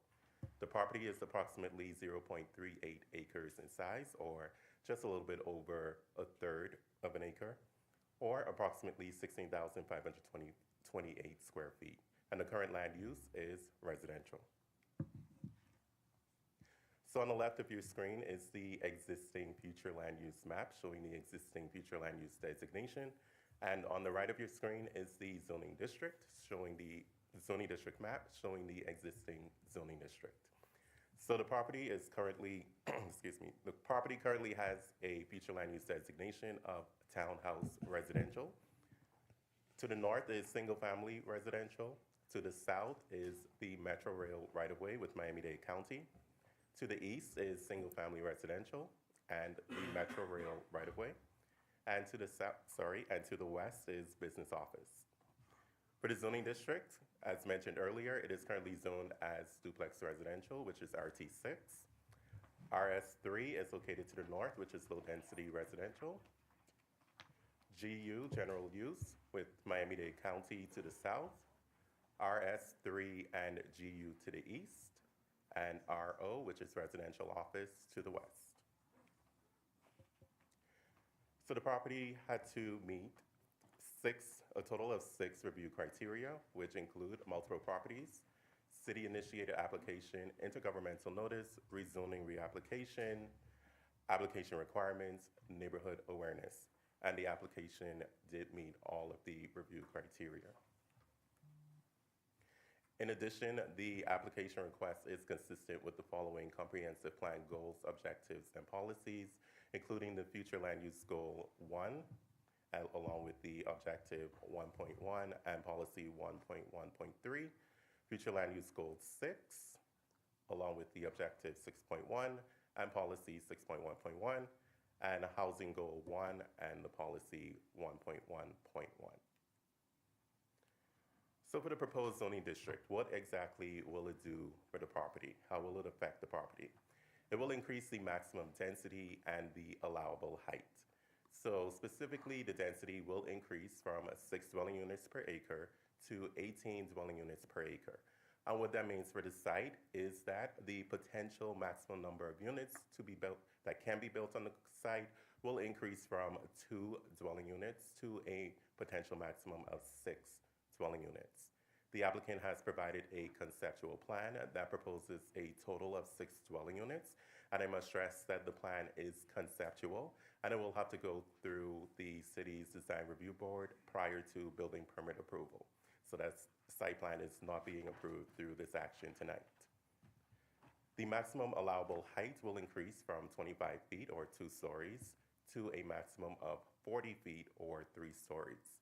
And the conceptual site plan submitted by the applicant proposes 2 stories with the main roof height indicated at 31 feet. So on your screen is an example of the conceptual site plan. You can see there are 6 units. There will be parking accommodated on site, a total of, I believe, 12 parking spaces, 5 of those being garage spaces for 5 of the units, and also proposal for some on-street parking. But it's important to note that all of the required parking can be accommodated on site based on this conceptual site plan. Sorry, Mr. Pinter, does in looking at these plans, it's a question, does the on-street parking actually work geometrically there? It looks, I mean, does not look to fit as it's outlined there. It seems to be that the spaces would encroach into the travel lane. Right, so again, this is the conceptual site plan, Okay. and that will be fully vetted through the review process. But that is a valid question, so thank you. So the staff recommendation is for the City Commission to approve the requested application to amend the zoning, the official zoning map to rezone the 6540 Manor Lane address from duplex residential, RT6, to townhouse residential, RT18. The meeting went before the planning board on March 11th and received unanimous approval with the recommendation that the conceptual plan be updated to demonstrate all of the required parking on site, which was demonstrated with the plan that I showed earlier. And with that, I am available for questions as well as Marcus. Colleagues, questions of staff and our consultant? Do you have any questions, ma'am? Commissioner Weege, you're recognized. Thank you. I see that the planning board had the exact same question as our mayor, but I find it interesting that that was March 11th. We're here in April. It still hasn't been addressed other than to say that. Well, remember, we the site plan is not binding. Yeah, So but I find it, I find it curious that we're still then seeing this come to us for 6 townhouse units that we would be approving kind of on the, it feels to me almost like on the fly. Am I wrong? I mean, am I the only one that feels this way? Mayor, can I follow up? if you can, let the city attorney who wants to say something, I'll recognize him if he want to add something, or do I you was want to? really going to suggest you may want to hear from the applicant to see if they can address. So, yeah, let's ask questions of Perfect. staff's recommendation first. Any questions about staff's recommendation? Sir? Well, I just wanted to understand what the parking requirement actually was, because I wasn't sure. I think he stated that the parking requirement is met with the parking provided on site. So I think there's 5 garage spaces and then 6 or 7 spaces. Correct. So the sir, on-street parking does not require. It's 2 spaces for each unit, is my understanding from what I read in the staff report. And they're providing 12 on site, and I think they were proposed on this conceptual site plan, 4 on street. Is that correct? Correct, yes. Okay, Thank you. no problem.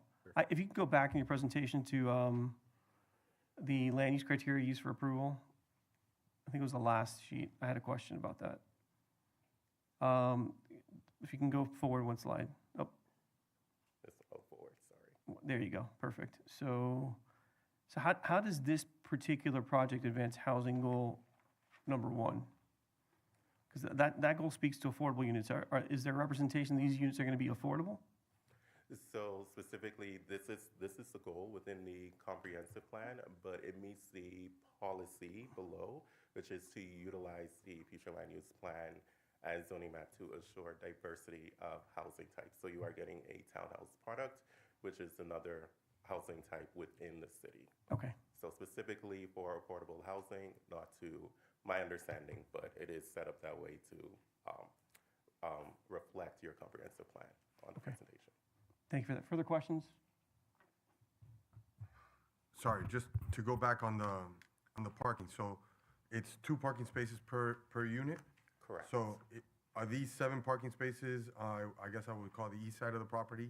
Those are part of the project, no? They are, yes. Okay, plus the 5 individual parking garages, why do you need that on-street parking for? You do not need the on-street parking to meet the parking requirement. I think they're showing, I'm imagining they're showing it because they want the possibility of having additional parking to service the development on street. Correct. The required parking is met with, I believe, with the proposed garage spaces and the surface parking spaces on Correct. property. Okay, yeah, I was just wondering why. Yes, that's correct. And another reason why on-street parking may be desired is to also help facilitate any guests that may visit the future unit owners. Mr. Lightfoot?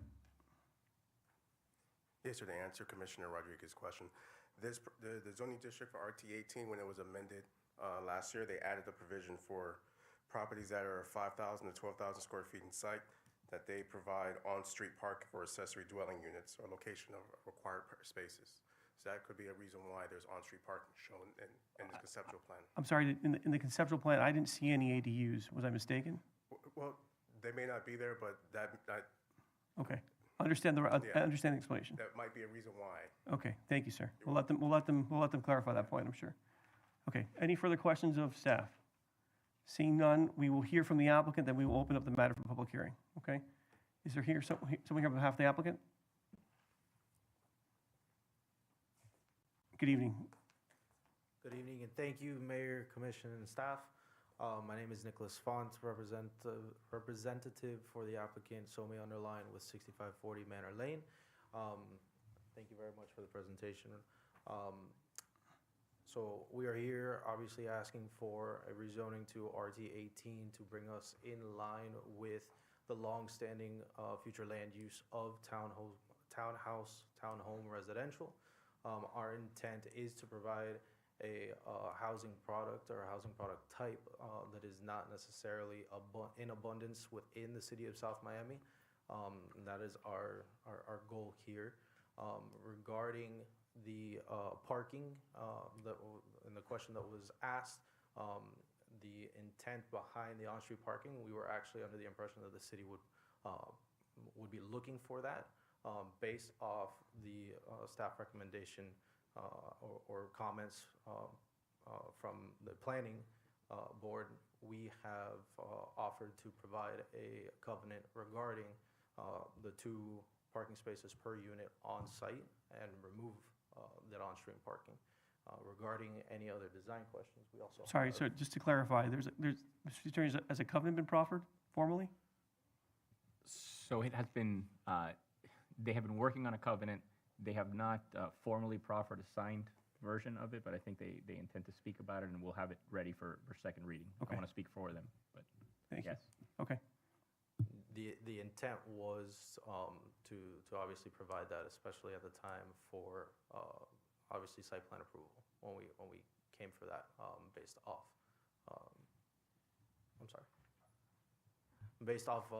zoning board's comments. Anything further?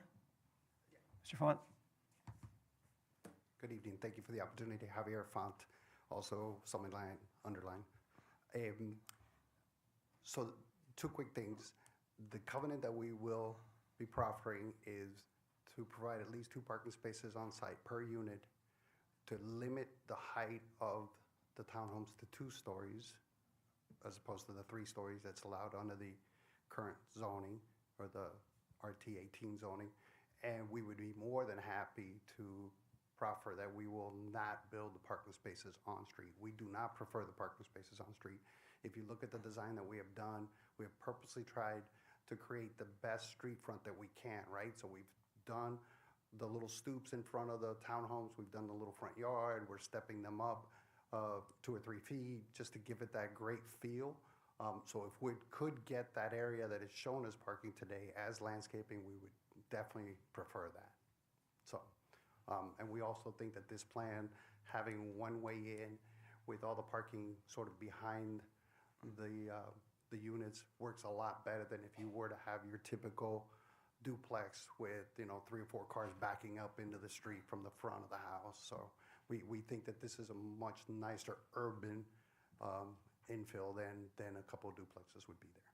So thank you very much. And any questions, we'd happy to address them. Mr. Guy, you're recognized. I'm not sure if it's required or not, just a request. Is it condo, or is it going to be sold individually, or it's going to be rentals? I think at this point, we're thinking rentals. Okay. Further questions?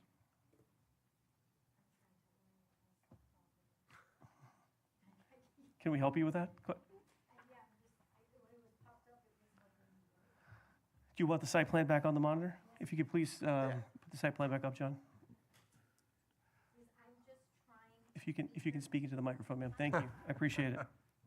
Why speak to all of you when I could just speak Yes. to the Yeah. mayor? I am trying to figure out these parking spaces and this back road that would access all of these garages. Concerned about impacts to the neighbor? Exactly. So I think, Where exactly is it in So- regards to the next door neighbor? It does happen. This is a very tricky property in that, as we know, it's a pretty busy corner, right? There's no way you're coming in off of US 1 and the underline, right? There's no way to come in off of 80th. So whatever access you have will come in off of the eastern or the western street, right? 66. So we have had conversations with the neighbor about the driveway there. And we do feel that one point of access is much better than having, as I said before, a condition that you typically get when you do these smaller lots on the busier streets, Bird Road, Coral Way, where you've got the traffic backing up into the drive. And it also happens along 67th Avenue in some places. And we realize that, we've got commercial to the south of us. We've got an office building to the west of us. We've got US 1 to the east of us. So it's, we think this is a very nice transitional product between US 1. The metro obviously is a big impact on this particular property. We think it's a good transition from US 1, north to the residential parcels. So sorry, does that answer your question? So the answer is the driveway to and all the parking spots abut to the neighbor. So I think the driveway abuts the neighbor. I think the parking is oriented south and east Into that corner? into the corner. So when I looked at this, one of my concerns, and we'll have some more conversation, but my concerns was evening access and headlights. And so obviously this of the orientations that I could try to figure out, this at least had the more optimal effect of orienting headlights back towards the right-of-way as opposed to directly east into the abutting home. But we can have some more conversation about that. Further Thank questions you. of the applicant? Okay, Mr. Font, we'll get back to you. Okay, let's go ahead and open up the public hearing. If there's anyone who'd like to address this commission on item 8, this is a public hearing. Please come forward at this time. I had my sign-in sheet. Ms. Hoffman, would you like to address us on this item now? And then Mr. Lopez? Thank you. Good evening, ma'am. Name and address for the record one more time. Thank you. My name is Ann Hoffman. I live at 6611 Southwest 79th Street. I can see that property from my front driveway. Frequently, the cars stack up trying to get out to 80th Street, and they're stacked up way past 66th Avenue, even past 67th Avenue sometimes. My question is, okay, first of all, has this been approved, this change of zoning? No, ma'am, No, it hasn't. that's what's before us tonight. And will be before us again on second reading one more time. So we'll have a second public hearing on this item as well. I'm sorry? In order for the zoning to be approved, it has to be approved twice. Today is an initial vote with a public hearing, and there'll be a second vote next month to discuss the same application again and hear from the public on it as well. Okay, and the vote is with you all? Yes, ma'am. And not the community? And it requires, I believe, 4 affirmative votes. Correct? 4 out of 5? 4 out of 5. Right. No, I'm sorry, 3 out of 5. My apologies. Only 3 out of 5? 3 out of 5. Okay. 3 out of 5 So- tonight, 4 out of 5 on second reading. Okay. Sorry. So I heard you all discussing the parking, and then I wonder, has the issue of the congestion in that area, because I do live across the street from a very busy office building. So has that been addressed at all? The traffic situation? And the fact that if it's 18 And there's 6 units? So, What does so that mean, yes, 18 so then? theoretically, what that means, the designation would allow 18 units an acre. This is about a third of an acre. Okay, a third of an acre. And therefore, no more than 6 units could be built. What, Okay. their site So plan they're I showing wanna us has 6 go on- okay. units on it, yeah. I want to go on record opposing the Okay. change in zoning. I would question why it would be needed to change the zoning there. That lot has been empty since I bought my house in 2000, so that's 25 years. I understand they'd like to develop it. It makes sense to use it for something. I mean, we walk our dogs on it sometimes. But it seems like there is a move toward maximizing profits over the city of pleasant living, right? The idea of living being pleasant. Because when you have traffic stacked up and you can't move, you can't get in or out of your residence, that's not really pleasant living, is it? So what would be the reason? Is it just the revenue? It's just they're going to make money. Who else makes money? The city makes money? Is it just that? Or do we talk about quality of life, quality of living in the neighborhood? So what's the reason for needing 6? Ma'am, anyone, I think this is not an application that we are sponsoring as a city. It's being brought forward by a private party, I believe, that owns the property, and so that's their right to make the request. Okay, A question, the question I would have for you, if I may, while I have you here, is between 0, which is there today, and 6, which is what they're asking for. Is there some level of development you think would be appropriate on that site? Yeah, I think. I had thought when this property was at one point in receivership, that it would be a great thing for us to try to acquire as a park. Unfortunately, that did not happen. Right. So knowing that that's not in the realm of what we can do today, I would ask you as a neighbor between nothing that is, Yeah. at times that I drive by, it is poorly maintained on occasion, right? Yes. And something, what would be the something that you could think would make for a harmonious existence? Well, I think the current zoning that allows for what, 1 or 2 Just 2 units, residents? just 2 units, yeah. 2 units, Yeah. okay.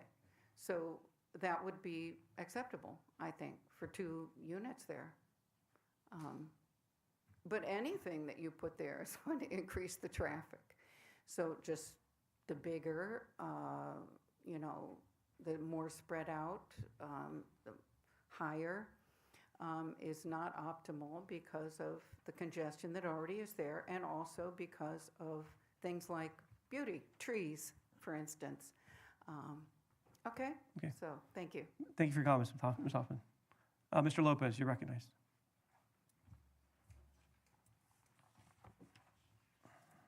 Hello, Jason Lopez, 7730 Southwest 65th Place.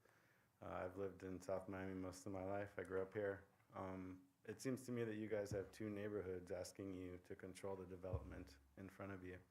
It's pretty clear here that the people that live in the residential neighborhoods are struggling with the folks that are coming in trying to make $1 off of us. That was very clear in the previous conversations we heard, and I can tell you that in my neighborhood, this proposal that was put up is not taking into account my actual neighborhood. It's taking into account a bunch of lawyer speak and a bunch of stuff on paper that people can make money off. It's the entrance to my neighborhood. It's always been there. The plan that they're proposing is going to cut every one of those trees down, both Royals, which are as old as the city of Miami probably. All 4 mango trees are going to go. The poinciana is going to go. And then most of all, it's dangerous. They're going to be putting up this monstrosity on a corner. And I was very glad to see that they took the parking off of that initial road on the backside as you enter Manor Lane, because the previous proposal they had 6 driveways backing up. But now it's all going to the back of that property.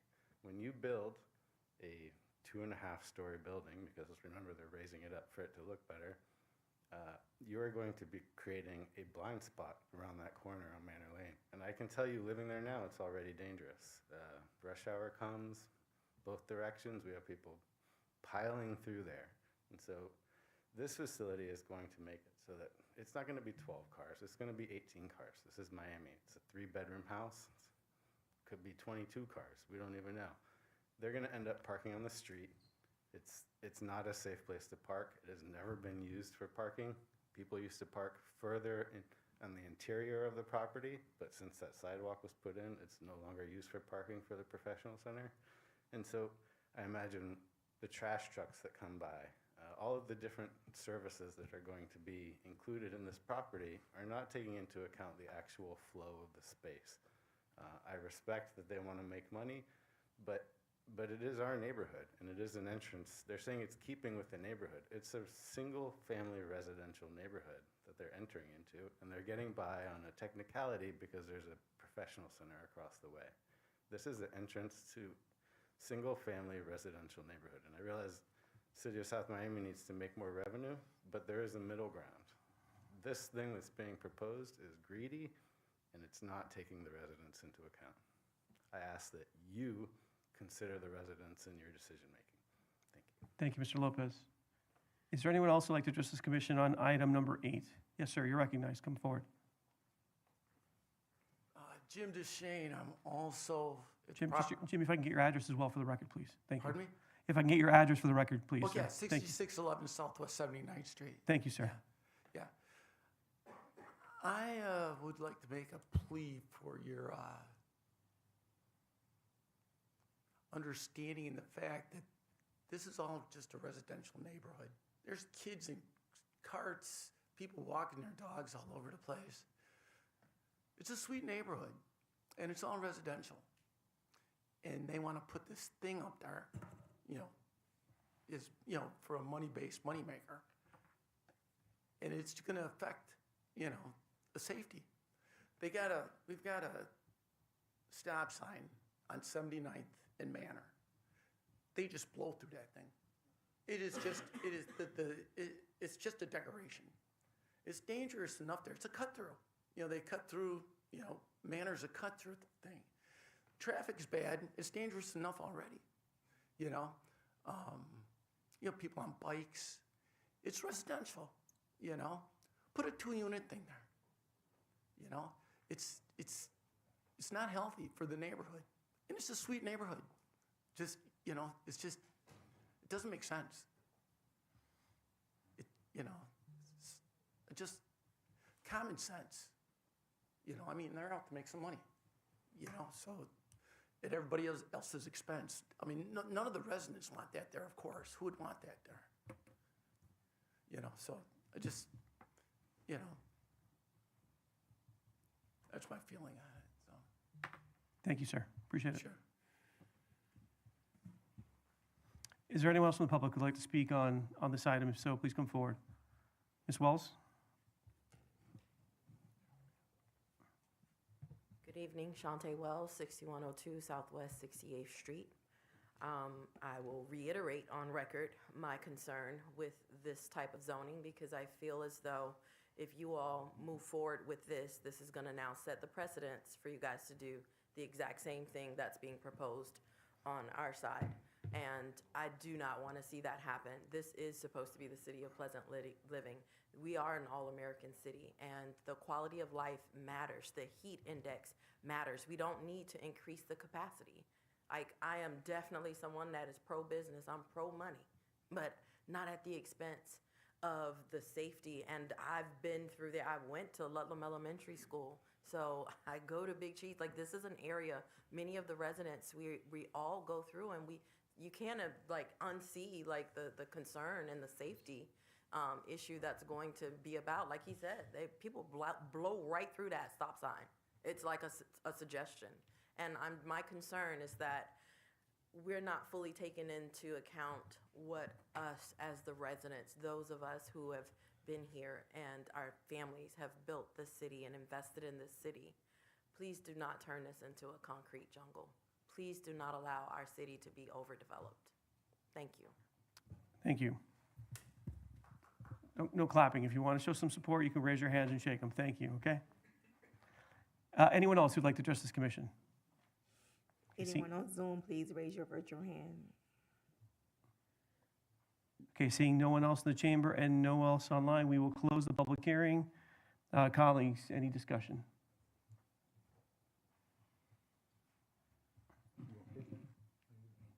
You're recognized, sir. Me, Mayor? Yeah, go ahead, sir. Look, the quality of our neighborhoods are all integral of what we're trying to go do. You know, I think that we're all trying to protect our neighborhoods from a little bit of expansion here and there.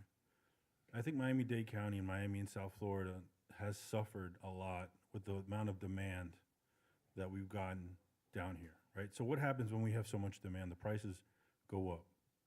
It gives the ability of people getting priced out, right?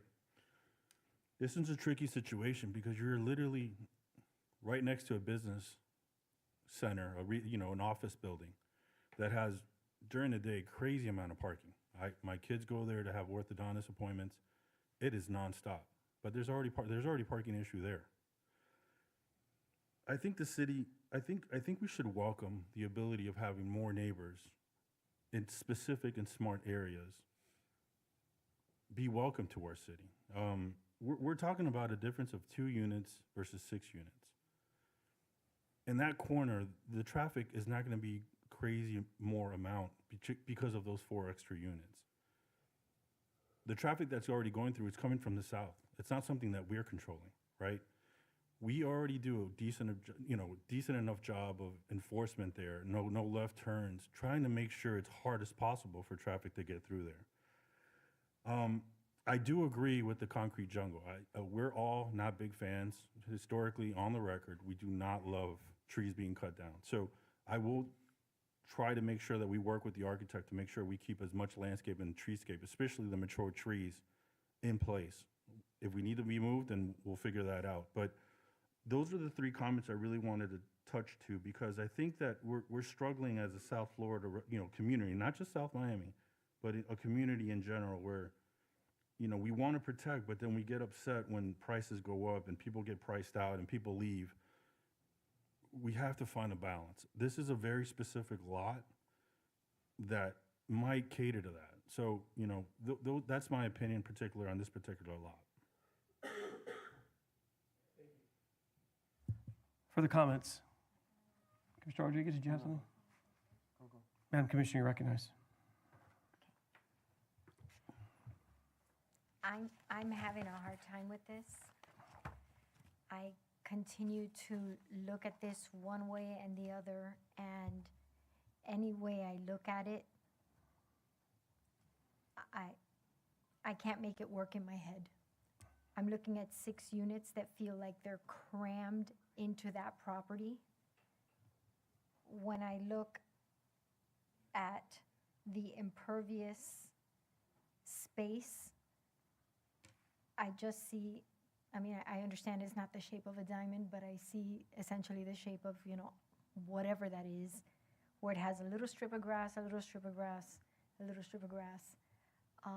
I'm not sure if I'm reading this zoning chart properly when it's saying that each dwelling unit's going to be 2,754 square feet. I don't know if I'm reading that correctly. Marcus, correct me if I'm wrong, please. If you know, or the developers, if you know.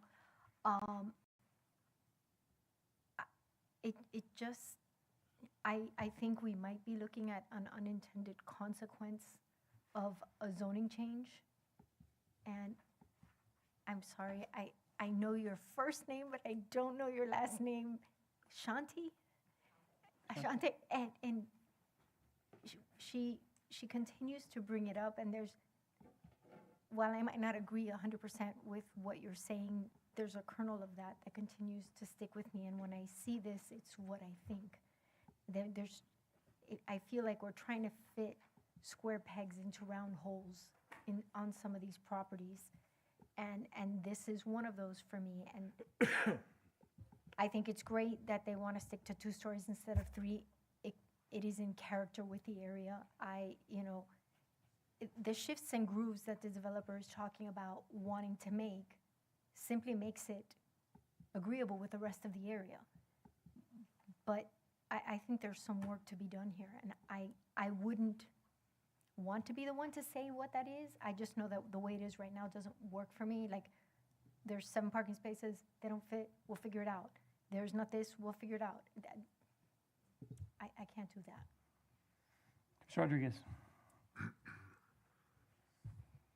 So, I guess again, I'm like Mayor Bonich. I'm. Oh, sorry. I meant to say Vice Mayor. Yeah. Commissioner Bonich. I'm trying to see how it fits, and I mean, I'm in the world of construction. I understand, and I also understand what Commissioner Kai is saying.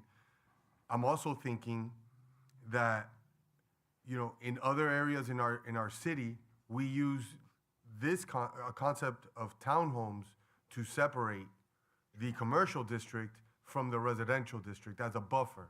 So that's how the whole city is playing. We're doing it in downtown. We're looking at 62nd Avenue, and the brownstone concept is actually what we're trying to get from a lot of these builders or people who own these properties of the product that they're trying to put together. So I understand the neighbors and the residents of what you're saying. You know, the stop signs, I don't see, and trust me, I've walked this. I know how everybody walks their dogs and how everything it goes in this neighborhood. The concept again, I say it again, the concept that we're doing, this is not just for this lot. This is something that we are trying to use townhomes, you know, to avoid buildings and avoid a concrete jungle. We're not trying to do buildings. These are 2-story townhomes where 2-story, the developer says that they were going to 2 stories. So what you see here will be less. Is there work to be done? Well, this is not the final product. I think, in my opinion, also the trees. I do agree. We have some of these trees that have been there for a while. In the footprint of the building, there's no way those trees are staying there. I mean, it's just logical, you know. So what is it? What can we do? Can we relocate it to the back of the property to give shade? I don't know. I'm in the place where the product is what we're looking for to buffer into the residential areas. I mean, that's what we're trying to do with townhomes. Or someone buys this and tries to do a building. You know, that would be worse, right? Exactly. So I just think it needs to be worked. I think the owner of the property, the architect, needs to work this out, show us where the trees are gonna go, fix the parking of what you're gonna do, bring it down to the 2 stories, and give us what this, because this is not, what we're looking at right now is not gonna be what they're gonna apply or submit. So we would, I don't know, I would need to see something before I proceed with changing the zoning. Okay. So from my perspective, you know, I ran with the idea that we would grow around our town center, right? Our downtown near the transit station. So I'm a big believer in growth and doing whatever we can to drive development there, because I think that's where it's most appropriate. With these applications, I see the opportunity that the applicant is asking us to kind of walk down the road with them on, but I share the trepidation of a lot of the neighbors, because it's a transitional area where a rezoning without any commitments certainly portends a lot of negative things, right? It's the same way I feel, colleagues, when we talked about the area south of 74th Street, we were talking about the rezoning for the town center. While we know a lot of good things could come from that possible growth, the possibility for conflicts there are very real with single-family residential neighborhoods. And I kind of feel that this property is the same way. I always imagined that this would have been redeveloped with a small, you know, something like a small office building, 2 stories at the site. That would have seemed to me to be the obvious development. I think townhomes here could work. What gives me the most discomfort about the applications it's presented is it's not presented with a site plan. And just like I had mentioned before, in that other area south of downtown, I'd love for us to consider rezonings when there's a site plan in front of us, so that we have a sense that we're not just approving the rezoning, but a project that actually functionally works on the property. So I think, I want to commend the team. I know the people, yes, I'll recognize you if you like. Let me just finish these comments. I know that Mr. Font and the Font family and the team that are here, Mr. Lapointe, are good people. They are well-intentioned. I frankly like the design aesthetic that you are moving toward. I mean, it's just the French Village project, just in High Pines. It's a very nice aesthetic. It could complement the single family there. But what I don't see here is a commitment to doing it, right? You've made representations that there would be a covenant to be proffered. But I think there are a lot of conflicts still with preserving canopy that we don't understand based on this conceptual site plan. There may be a better balance to be struck in terms of the total number of units. Maybe something shy of 6 would be better suited to, integrate with the balance of the neighborhood. So what I think would probably be the most prudent thing from my perspective, because I think I saw Mr. Lopez shake his head in the back there. When I saw this site come onto the market a few months ago, my thought was, God, that would be a great site for us to pick up. We didn't have the bond approved to do it, so we didn't have the capacity. We don't have the capacity to do it, but I would have loved if this happened 12 months from now, 18 months from now. It would have been one of the first things I'd want to pick up by way of land acquisition. That's not the world I'm living in. So, but I think the current zoning clearly is inadequate, because something would have happened here in the last 25 years if someone could make the economics work around the land costs with 2 units. I don't think that's reasonable. But what I think would probably be the best thing for us to do, and Mr. Font, if you're amenable, I would like to move to defer this item maybe for 30 days and allow the team to maybe work on a binding development concept, have some conversations with the neighbors, and see if we can get to to an approval of a site plan with the rezoning, so that, or at least a proffered covenant to a site plan. So if we approve a rezoning, we know that what we're getting in exchange from it, and the neighbors have a sense that there's a commitment being made around the product that's going to be developed there. So those are my thoughts. Colleagues? Mayor, I don't disagree with what you just said.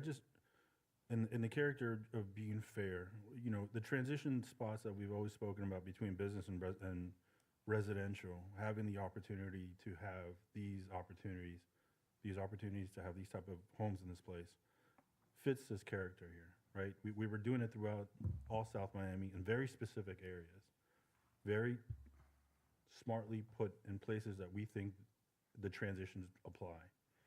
Manor Lane historically has always had the transition between residential homes on the north side and businesses and apartments on the south side, all across Manor Lane. There are some few homes, obviously, on the south side of that, but historically it's been there, right? So this does not, for me, completely out of character with the area.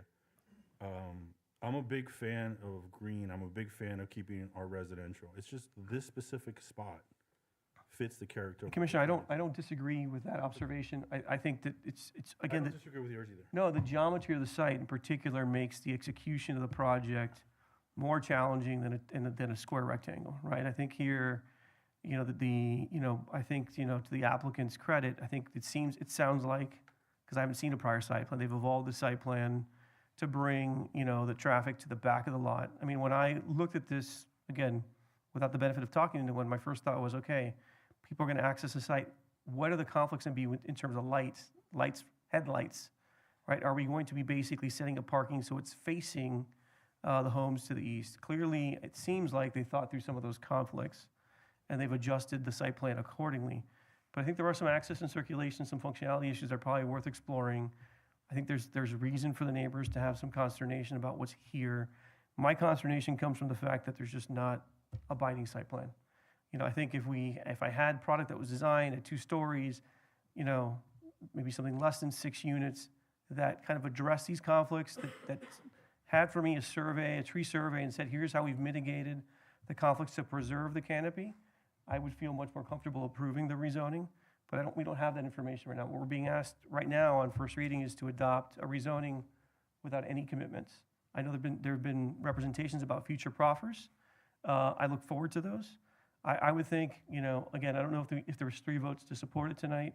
If there's not, my preference would be, rather than send a well-intended developer away, it sounds like development team away, let's give them a chance to kind of work on some of the issues and bring something back that, strikes a better balance. Yes, ma'am. I would urge the right side of the dais to seriously consider the mayor, because as it stands right now, I would be a no vote if we don't vote to defer. So if that helps, doesn't help you guys make a decision, No, I just wanted to be clear. I said, I think the developer needs to work this and bring it back with the 2 stories, not 3 stories. Show an actual depiction of what's gonna happen. Maybe 6 doesn't work, maybe 5 works. Where are the trees gonna go? Like the mayor said, an actual site plan showing us what it is. Again, like Mr. Kaya said, and like Commissioner Kaya said, and like we've said, our look to transition from commercial to residential. We've always spoken about the townhomes product because it's residential, it's smaller, and it doesn't impose on you like a building would. Because if we put there an office building, 3, 4 stories, with lighting all over their parking, you're not gonna like that, because that's gonna just, at night, you're just gonna have these parking lights, dwelling over your house.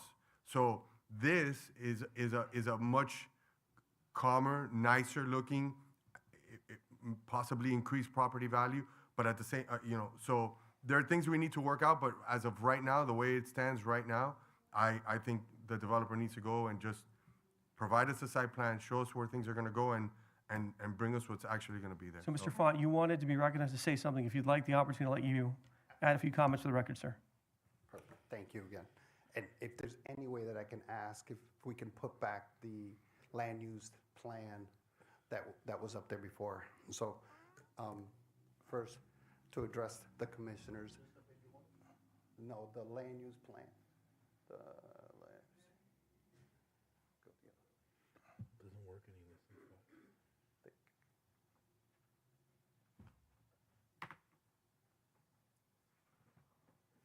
That one right there.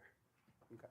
So first, to address the commissioner's concern, we would be happy to defer the application. We're, here to work with staff and with neighbors. I'm not a resident of South Miami today because I've moved a little further south, but I grew up in South Miami from the time I was, 8 years old until I moved out of my parents' house after college. So, it's a city that I've been in a long time, and we want to do something correct and right. And we are architects, so we do want to put out a product that we could be proud of and the city can be proud of. If you look at the plan on the left-hand side, and I know it doesn't show below us, but everything below us is Dade County, and it is a commercial zoning. And I am sure that property, which is a beautiful corner piece, right, is going to end up being some RTZ development at that point, right? If you look, the office building, which is in the sort of purplish color, and then you look at the orange that you see there, that's not something that we've done to accent the property. That is the land use that has been with the property since day one. So somebody a long time ago said, this is a transition piece. This is a piece that needs a little more density than the yellow to the north of it, right? It is a transition piece, as Commissioner Kaye pointed out. So we do feel that this property deserves a little more than a duplex. The city did not have a zoning in place at the time to accommodate that. It does today. We think it's a great product for the city. We've seen it go down the street on the Dade County side and how successful that has been and how popular that product is. And that's what we would like to bring to the city. We're more than happy to work with staff to get this to the point where we've got all the parking on site, which we do now, to take off the parking below, and to keep it to 2 stories. We will work, and we have to mitigate whatever trees we take out, right? So obviously, as you all know, that's a huge process. We find out how big the trees are, what we need to take down. We need to replace them with a certain amount of canopy, et cetera, et cetera. And we're happy to do so because that will benefit the property as well. So hopefully that addressed some of the concerns that you guys have, and we're happy to defer this for another 30 days. Okay, so I think the defer would be to a date certain, which would be our first meeting in May. Do we have a date for that meeting? May 6th. May 6th. Is that acceptable? It is. Okay, and again, if you could speak to a couple of the neighbors and, obviously evolve the concept. Again, thank you for bringing it forward. We do want to see this kind of transitional product on the edges of neighborhoods. We just want to make sure it's executed so that it has the greatest benefit, okay? I feel the same way. Thank you. So I'll move the deferral to May 6th. I'll second it. Okay.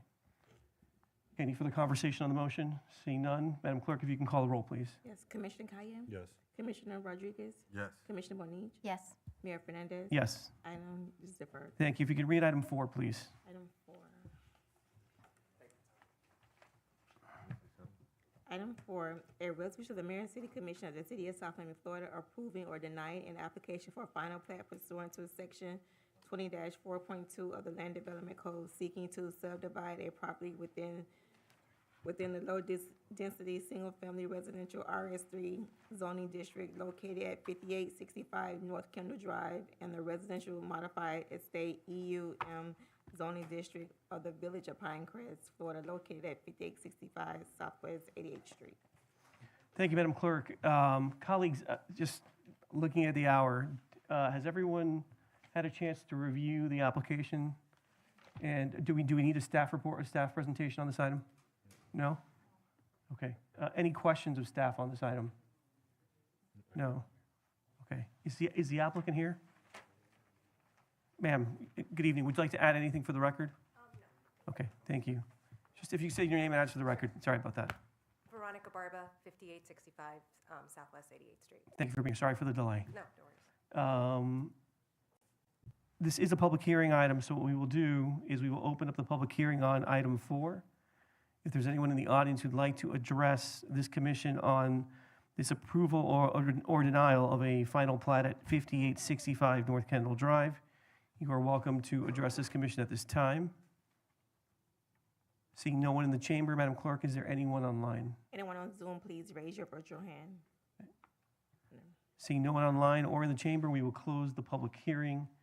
My only comment to the city manager,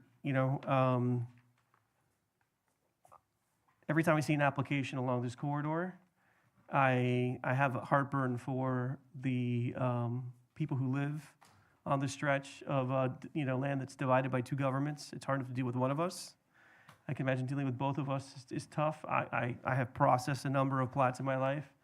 I would imagine it's got to be doubly difficult to do it when there's two jurisdictions, so I apologize.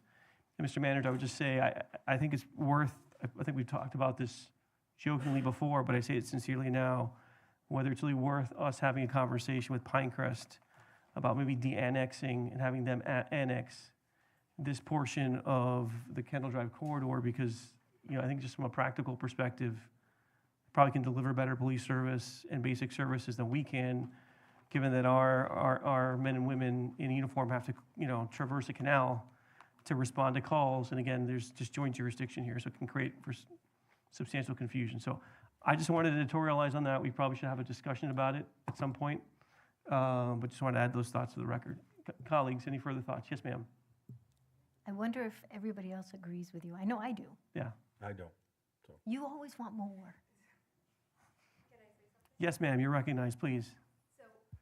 Into the microphone if you can. And your name and address again. Okay, Veronica Barba, 6031, where I live, 6031 Southwest 88th Street. Okay. So we live on that street. My in-laws live on that street. Yeah. All of us are in there.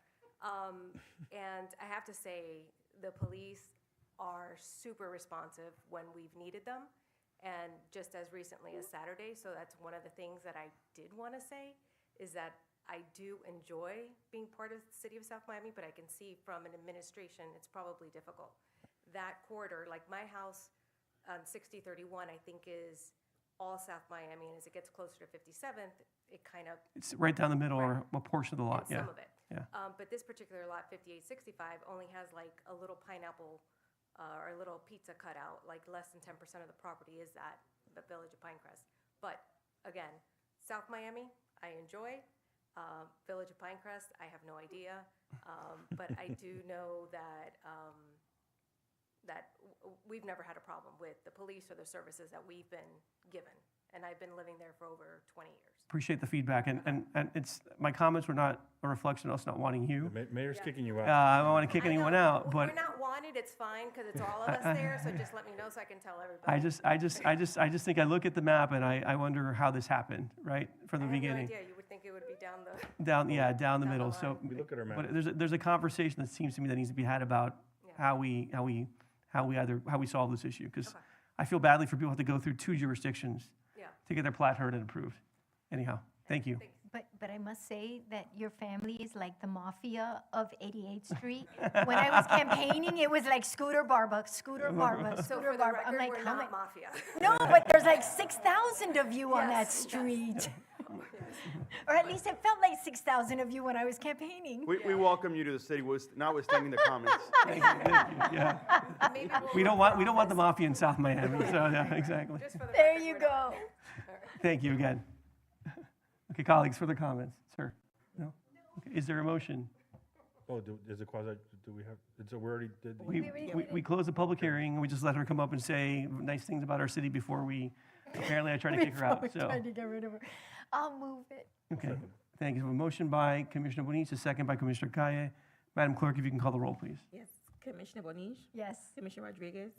Yes. Commissioner Kaye? Yes. Mayor Fernandez? Yes. Item passes 4-0. Congratulations.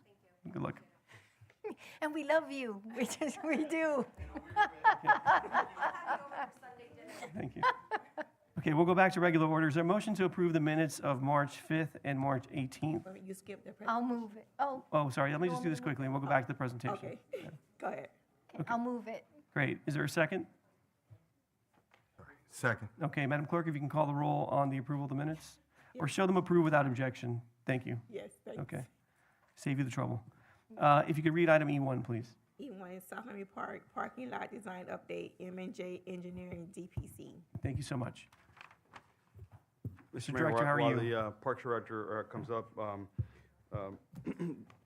you know, as we've discussed over time, the parking layout at that park is very challenging, and it was always the intent to take a look at that and identify some improvements. We had a lot going on at the time, so we're bringing it forward. As you know, we have somebody that's taking a look at that for us, and so there's an interim report of where we are and get some feedback, and certainly we're going to be doing some more work, but just wanted to bring you into the loop of what's going on with the review of parking opportunities. By the way, my only criticism of this report is this picture. That's it. Yeah, Okay. it's the old picture. Yeah. But I knew you were going to say Yeah. that. Mr. Director, you're recognized. Good evening. Good evening. Thank you, Manager, and good evening again, Mayor and Commissioners. So joining me this evening is John Schreck, who's the Senior Vice President and Project Manager, is attending virtually, and here in person is Ms. Karen Feliz Navidad, Ms. Karen Feliz, who's the Project Engineer. So just wanted to introduce her. Come on up, and she'll give a brief presentation on where we are today. Thank you. Thank you, Quince, and good evening, everybody. I'll try to keep this short and sweet for you guys, because I know you've been here for a while and you probably want to go home. So I am glad to be able to give you guys the update so far what my firm has been working on for the city of South Miami. This is a very popular park, especially with all the improvements you guys have been doing. We've been looking at expansion of the parking spaces where it makes more sense, but also the safety of pedestrians and the kids. So as of the end of March, we're only about 55% complete. So total overview of the project is the expansion. So we're thinking about adding 60 additional official parking spaces. We know that the residents and the visitors kind of park where they'll be able to be fit.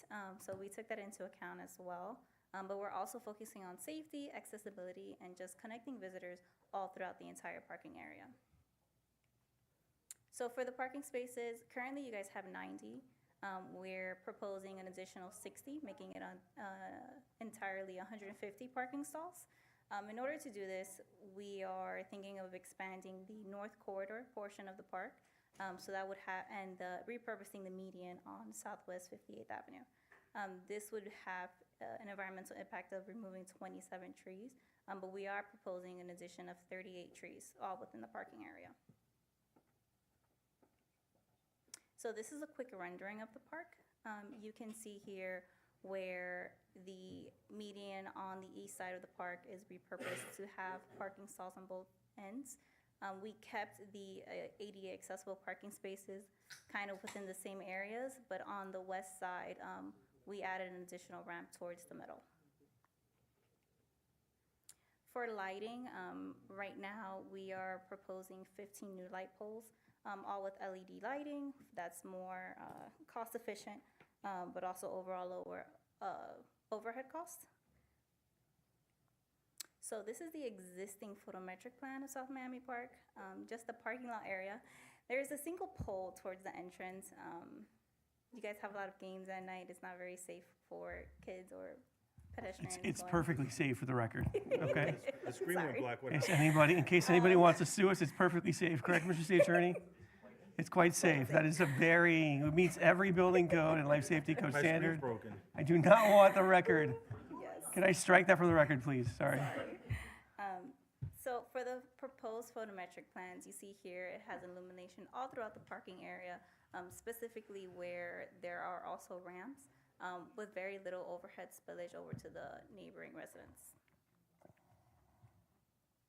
For the pedestrian safety and access routes, we wanted to dedicate pathways connecting pedestrians all throughout the entire parking space, not just focusing on the parking areas and kind of where they're adjacent to, and also include traffic calming devices like speed humps.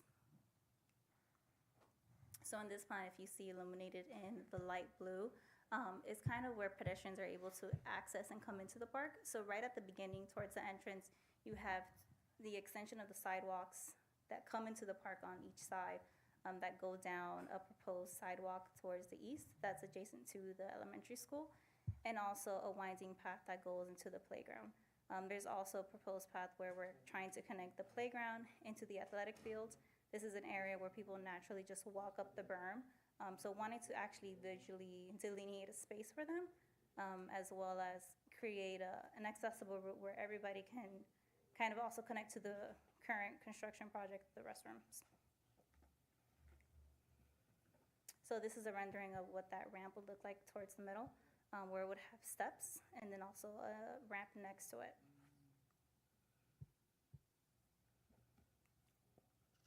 For security, we're trying to do the Turing video system. It's integrated with the design of the entire parking area. It can capture vehicle images and also license plates. And you can have real-time surveillance, also a cloud-based system. So you're able to, review footage 24/7. For the enhanced entrance, this is a rendering of kind of what we're proposing. So you have beautiful columns cladded in the keystone. That's something that's kind of carried throughout the park. You have it in the picnic shelters, but also on the exterior building of the restrooms, a black aluminum picket fencing, and an archway along with the South Miami logo.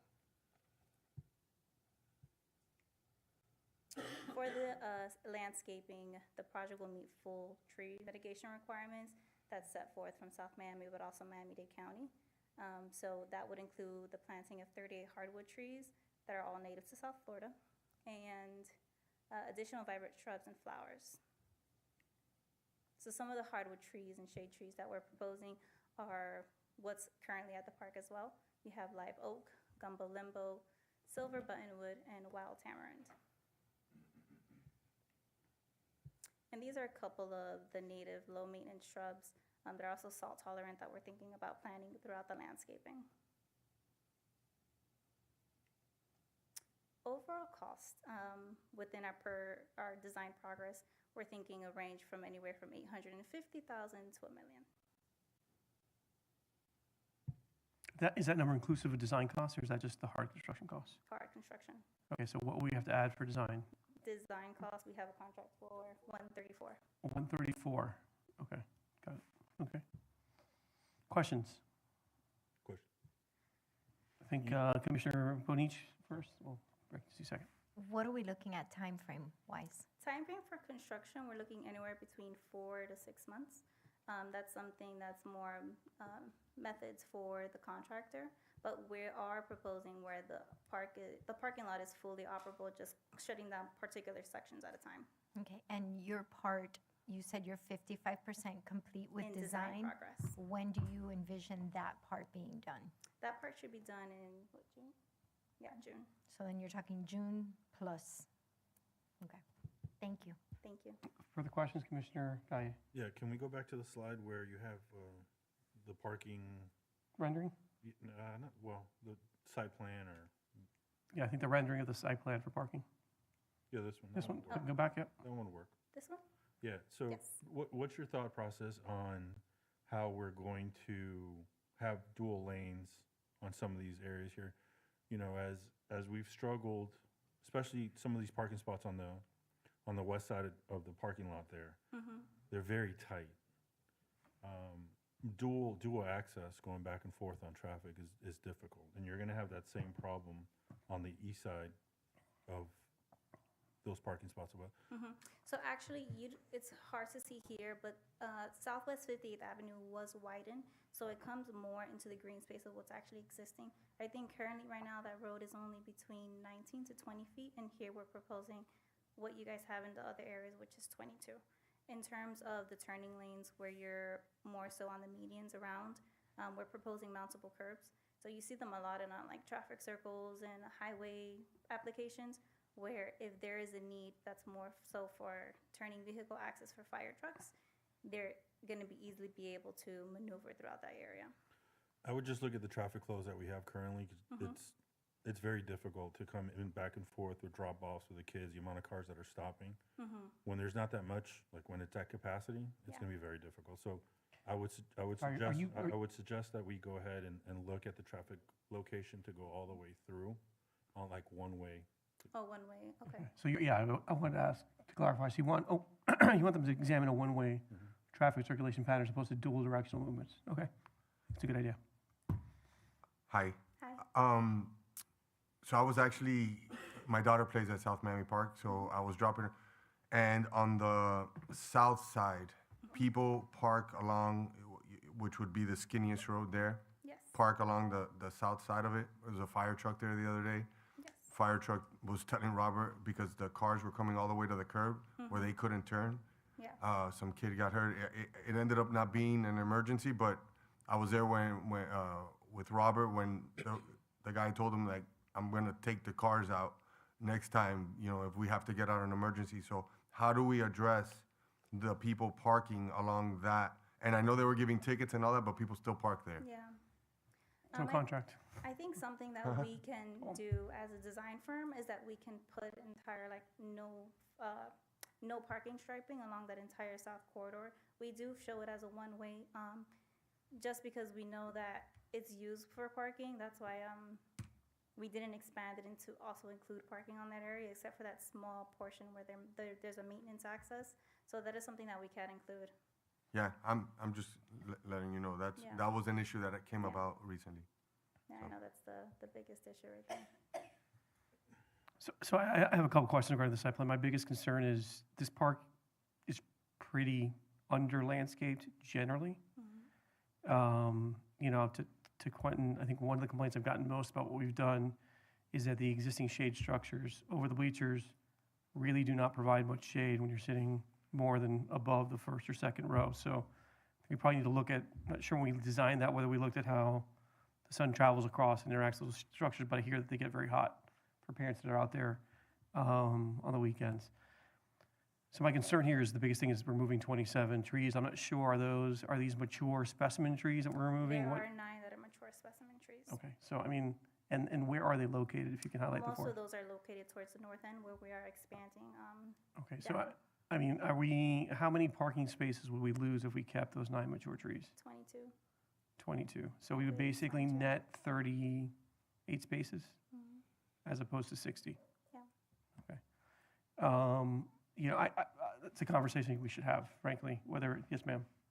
But realistically, where those trees are, would people be sitting there?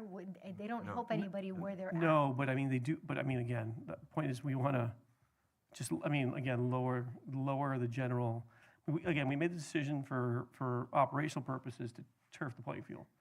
because, you know, we have 900 kids in that program. And so I just want to make sure that we're not creating more of a heat island there. Do we want to then, instead of, I don't remember the numbers, so don't kill me, but instead of like 38 trees, do we want to maybe put a little bit less and get bigger trees? I always think of you when you're like, I don't want a tree that's like 2 Yeah, inches that's wide. correct. Like, I don't want a tree that my grandchild will, you know. So that was going to be the corollary to my comment, which is, I think there's a conversation about keeping them, or are these 9 trees candidates for relocation into other areas of the park? And then for the 38 hardwood trees, I certainly do not want to see 2-inch DBH or 4-inch DBH trees. I want something that's close to mature, right? So that we're getting shade day one. And I think, you know, we had talked about this before when we were out there for the opening. The areas right now in between the playing fields, I don't know if we need to expand the scope, and on the west end of the park, closer to the playing fields, are there opportunities to add more canopy trees there as well, to just kind of, again, soften the condition? I mean, we made the decision to turf it for, I think, very valid operational reasons, but I do not want to be cavalier about getting rid of specimen trees and creating more of a heat island effect there. The other thing, I don't know if we've had any conversation or if you've looked at if there's a way for us to optimize our use of the adjacent parking lot and integrate it into the operation of this facility, you know, after hours and on weekends. I do believe there's an asphalt parking lot just across the fence line right next door. You know, I don't know what the inventory is there, if we've analyzed that again. This is one of those opportunities, I think, Mr. Manager, where we can immediately go to the school system and say, hey, we're going to upgrade your parking lot. Let's have a cross-use agreement for that facility. And maybe we can still create 60 spaces of inventory, just not all on the footprint of our park, right?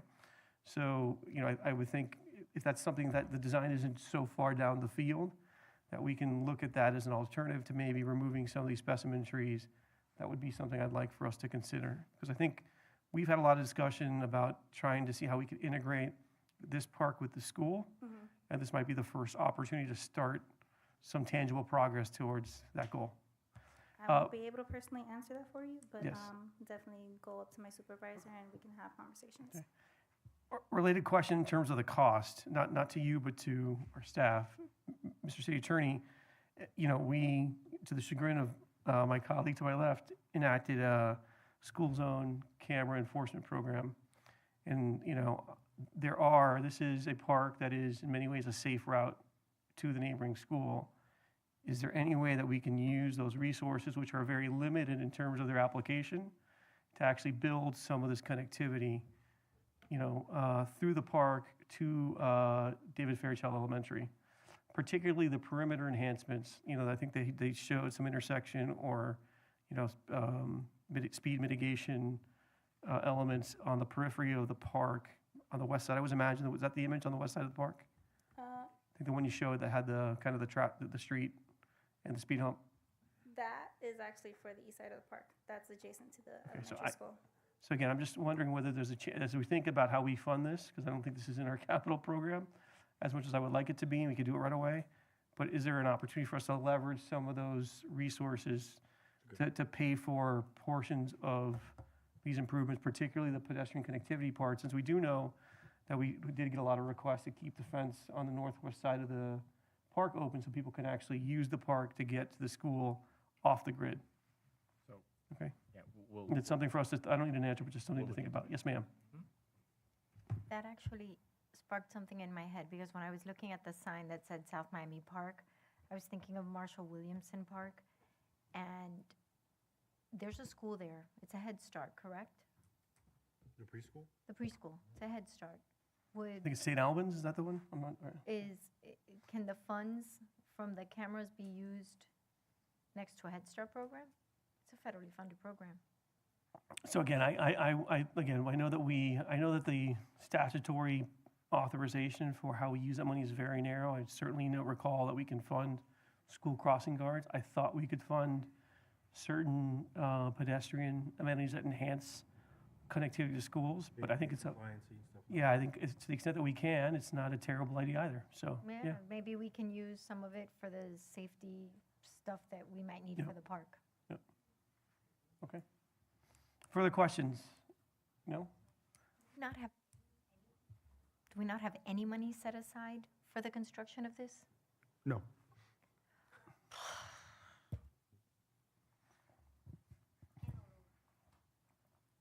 One step at a time. Okay. Further questions of the consultant? Thank you. Okay, seeing none, thank you for the presentation and for the good work. Appreciate it. you. Have a good evening. Okay, Mr. Manager, your report, please.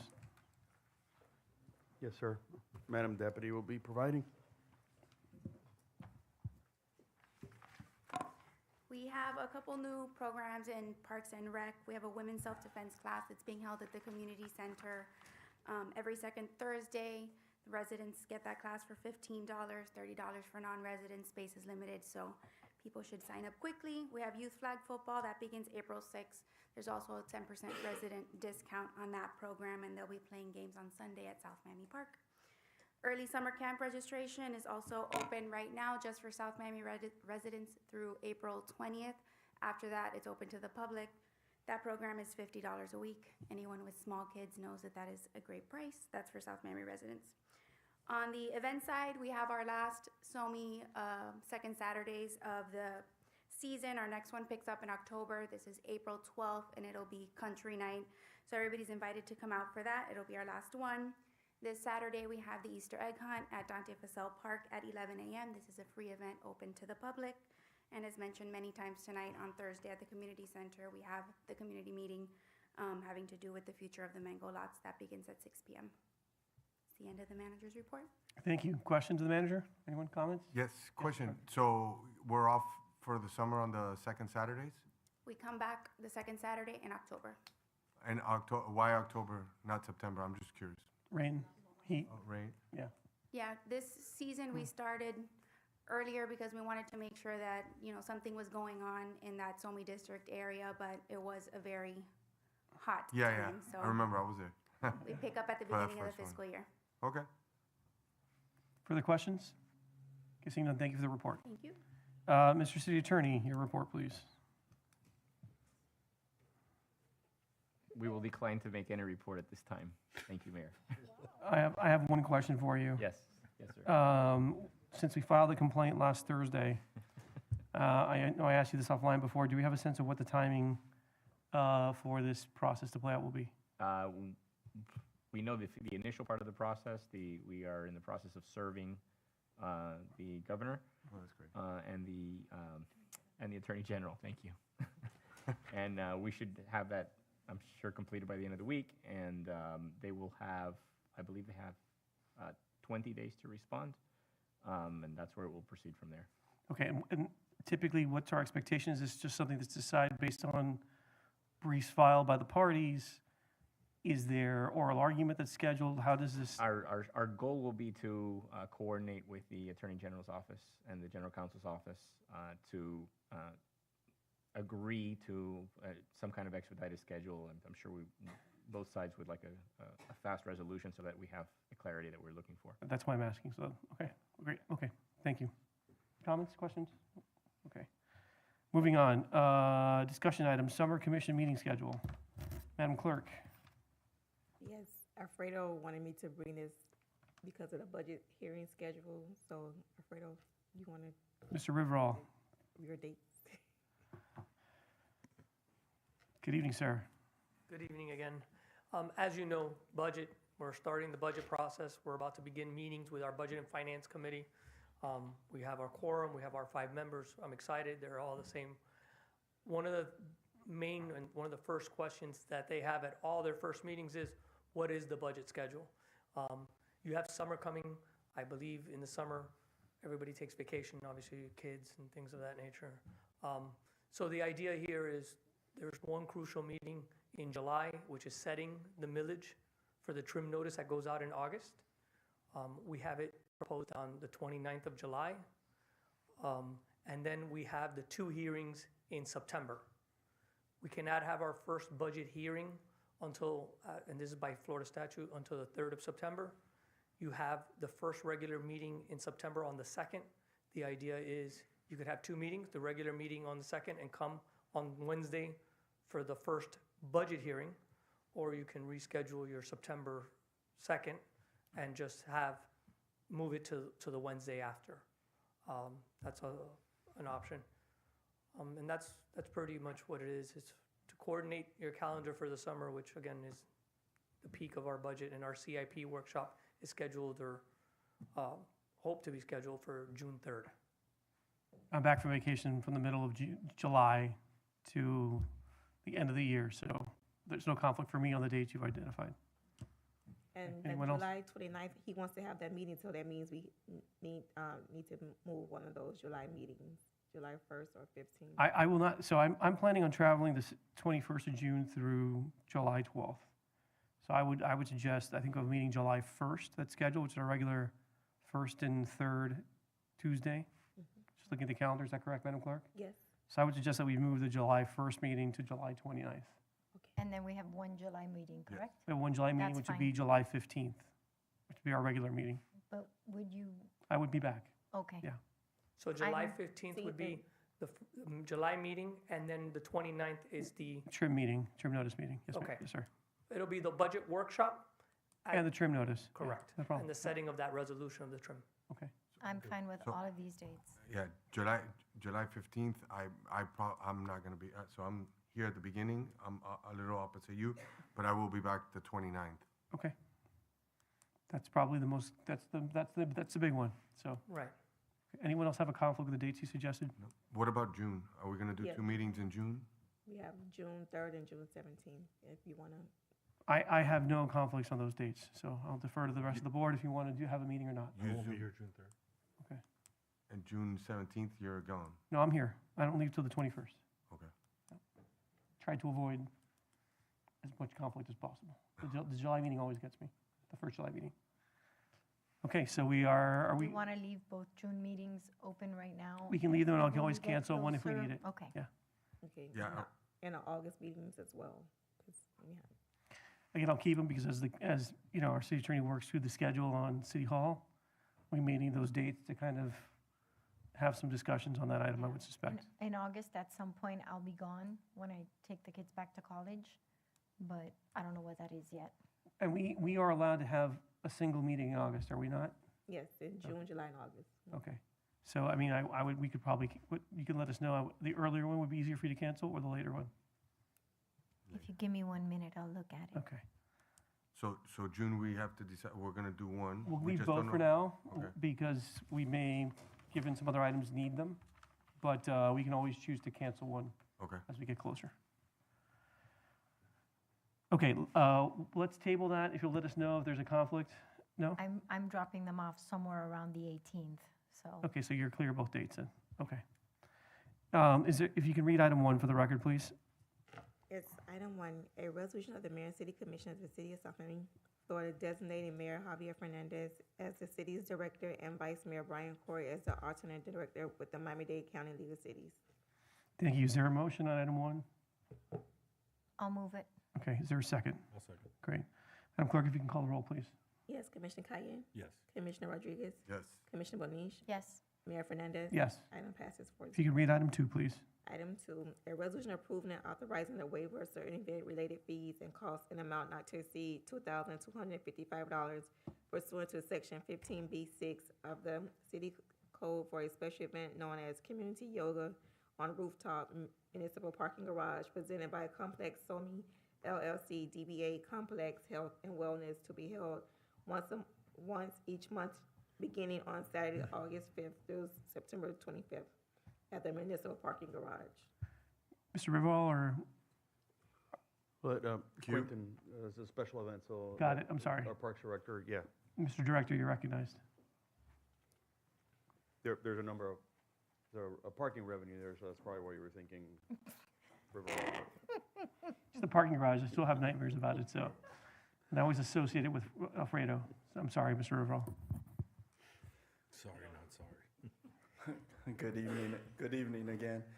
The applicant Complex Somi LLC is requesting to host a yoga event monthly on the rooftop. Approximately 40 people to attend the class. It's a free yoga event. This is in conjunction to a run event that they do every month. So prior to the run, they'll do yoga. Then afterwards, they'll go for a run. The applicant is requesting a full waiver in the amount of $4,510, which includes an application and administrative costs.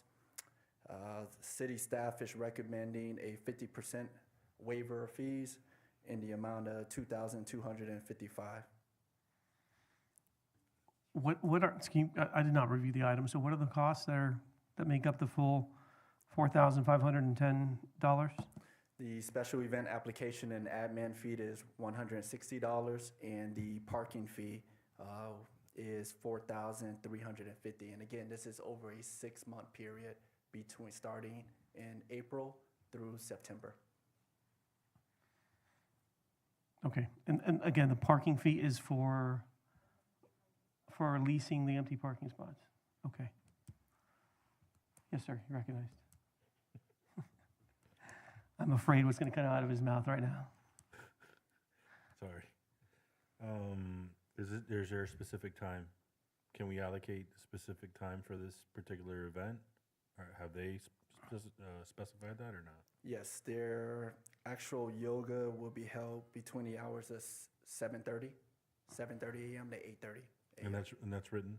Yes. In the application? Mhm. Okay. Further questions? No? Is there a motion? I'll move a motion to give them the full benefit of the parking. So give them the full 44 or 4310, whatever it's called. Yes, sir, you're recognized. I apologize. Quentin, this is the 44 is the 4,000. That's for all 6 months? That's for all 6 months, yes, sir. I would agree with that motion. Okay, so there's a motion, and I'll take yours as a second. Second it. Okay, any discussion? Yes. Commissioner Bonich. What are the actual fees for your work? It's $160, which, by the way, if you want to withdraw it, what I will happily do is pay it out of my expense fund. It's fine. So either way, happy to cover it. You want to pay $160 for I'll your pay the work? $160. Yeah, I want. They've been a good partner. They're trying to create some more activity in the district. So I'd love to support. I team at somehow Complex. thought the answer was going to be more than And- yeah. $160. And they're doing yoga on a rooftop on the hottest months of the I year. know. Yeah. So Okay, so go. God bless them. they can We have. can bring them water. Those same people are going to go have Breakfast some somewhere because coffee. they're Okay. going to be Well, dying. I think there's a run after that, isn't there? There is. After their Yes. yoga? After There's- the- Yeah, That's it's, why they're going to be dying. it's okay. we have one- Okay, so would you accept an amendment to, you don't want to take out the $160? Okay. No, it's That's the only hard cost, correct? Yeah, that's apparently. It's the only hard staff cost is the $160? Okay. Okay, so we have a motion and second. second. Okay, I don't have anything. okay. The question. Let's call the question. Madam Clerk, if you can call the roll, please. Commissioner Kaye, Yes. Commissioner Bonich, Yes. Commissioner Rodriguez, Yes. Mayor Fernandez. Yes, Item passes. thank you. Thank you, sir. If you can read item 3, please. Item 3, a resolution amending the schedule of fees and fines to revise parking permit fees for parking in residential areas and the South Miami parking garage. Thank you. Mr. Riverall, I think this is yours.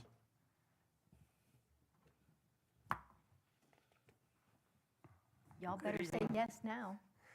Good evening. What this resolution is doing is incorporating, we had our first hearing for the ordinance, not first hearing, but our first reading of the ordinance at the last. I took back the comments that was made. I incorporated them into the schedule of fees to accompany the ordinance that I hope at second reading and final hearing today is adopted. So what you're seeing before you is the fees that were discussed. I made some modification by including a rooftop, not during yoga, obviously, but a rooftop permit fee if somebody is interested to pay for that, to park their car in the hot sun. Questions of Mr. Riverall? No? Commissioner Kaye, Commissioner Rodriguez, any questions? No? Only question, did we address the parking turnover timeframe for overnight parking in this resolution? As far as the 72-hour, 48 Versus hours. whatever, yeah. What we envision, and this is something that's handled on the regulation side, and we're Okay. going to make modifications based on it. We've spoken, Mark from Avalon, matter of fact, I talked to him earlier today. He said he couldn't be on the last meeting. He was going to be on That's this why he's one. on this evening. That's There why we go. he is. He's here to support me because he knows that I need as much support as I can get. So we've worked it out, and we've talked about a rationale. Somebody goes on vacation, sort of like a credit card. You notify your credit card that you're going out of town. We're going to have a program in place to make sure we address those that are going to be long-term out. But at the end of the day, our goal is to have that as a public parking and to be moving. So the answer is, it's not addressed. No, in short, yeah, so we're That's why staying you with our needed- guns, which is 72 hours. That's why he I'm gonna needed be a Mark no on the- then. On the computer. Is there a motion? Move the motion. I'll second. Is there a second? Mark is your emotional support. Mark is his emotional support animal. Madam Clerk, call the roll, please. Commissioner Bonish, Yes. Commissioner Rodriguez, Yes. Commissioner Kaye. Yes. Mayor Fernandez. No. Yeah, I want, that's got to be a garage that turns over. So anyhow, Item passed 3-1, I'm sorry. thank you. If you can read item 5, please. Item 5, an ordinance amending section 15A-18 controlled parking residential zone of chapter 15A parking of the city code of ordinances to establish a single residential permanent parking zone, permit eligibility and issuance of procedures for implementation of the program. Mr. Riverall, you want to present any modifications since the last time this was heard? No modifications. Okay. Just for clarifications, we're staying with the 72 hours. After 72 hours, we will be citing a vehicle. In other words, I know, that's why I voted no. because you want it to be what, 24? 48. Oh, 48. Yes. Yeah, Oh, again, you think 72 is too much? I Okay, think, I you see. know, again, like I said at the last meeting, and again, we're not on the item, but I'm going to indulge you, which Right. is, if people are going to park in that garage, it's going to be the secondary reservoir for the building across the street, right? Right. It should be the car that they use most frequently, because I don't want to have cars sitting there for extended periods of time on the upper levels when they should be available for businesses in the district during the day. So that was just my rationale. I apologize to Mr. Schreiber, everybody else who may be offended by my no vote. Thank you. Questions on item 5? It's a public hearing. I'm sorry, item 5. Oh. Questions on item 5? None? Okay, is there a motion on item 5? It's a public hearing. Oh, sorry, thank you. He's throwing me off now. Well, there's- Is there any member of the public who'd like to address this commission with respect to item 5 on tonight's agenda regarding our single-family residential permit program modifications? Seeing no one in the chamber, Madam Clerk, is there anyone online? Anyone online, please raise your virtual hand. Seeing no one online, we will close the public hearing. Is there a motion on item 5? I'll move it. Oh, wait, Before I do the no. motion, just a quick question. Yes. We spoke about the roundabout today in the Marshall Williamson area. There is a portion there that's already residential on the south side of that street. I'm sorry, yeah, on the south side of that street. So are we going to extend that now? Or or are we just kind of thinking about it to see what we do there? We're walking out there tomorrow at 1 o'clock to address that. You're 100% correct. That's the purple. Right, that's what I remember. So that residential on that street already exists as a purple. Would it be extended to the, I have to look at it. We're going to look at it tomorrow. It's going to be under advisement, obviously. This is a second reading, correct? Yes. Do we need to have? Yeah. Okay. I don't think this establishes the map. Correct. It allows, you can establish a district without Correct. us taking any action. Correct? 100% correct. Okay. It's not going to prevent that from happening. Okay, thank you. Thank you for the question, though. Okay, further questions? Mr. Rodriguez, you're good? Good. Okay. Did we have a motion, Madam Clerk? No.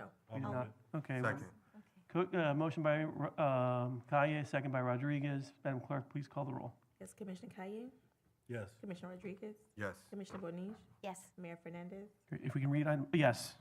Item passes 5-0. If we can read item 6 for the record, please. Item 6, an ordinance amending Chapter 15 offenses and miscellaneous provisions, Article 1 in general, Section 15-63, mobile vendors to permit special events featuring mobile vendors for religious institutions and establish regulations and permit procedures. Thank you, Madam Clerk. Commissioner Rodriguez, you want to walk us through any modifications between first and second reading? I don't believe there were any modifications. I think everybody was good with There was one. one. Yes, If I- Mr. City Attorney? Yes, thank you, Mayor. It's on lines 134 and 135 and 136, and it was just to expand the city manager's authority. That was the discussion at first reading. Oh. Basically to put a maximum cap if necessary. On the number of people? On the number of people. Okay. And allow, and the number of vendors, We have it. depending yeah. on the size of the lot? Yeah, the manager has broad authority to affix additional conditions. He already Okay, had so that so the one. catch-all condition you think covers that as well? Correct, Okay, correct. fair enough. Okay, is there a motion item, would you like to move it, sir? Move the motion. Okay, is there a second? Second. The second by Commissioner Kaye, moved by Commissioner Rodriguez. Madam Clerk, please call the roll. Oh, sorry, public hearing. Item 6 is a public hearing regarding mobile vendors to permit social events on religious institution-owned properties. Mr. Kelly, would you like to address the item?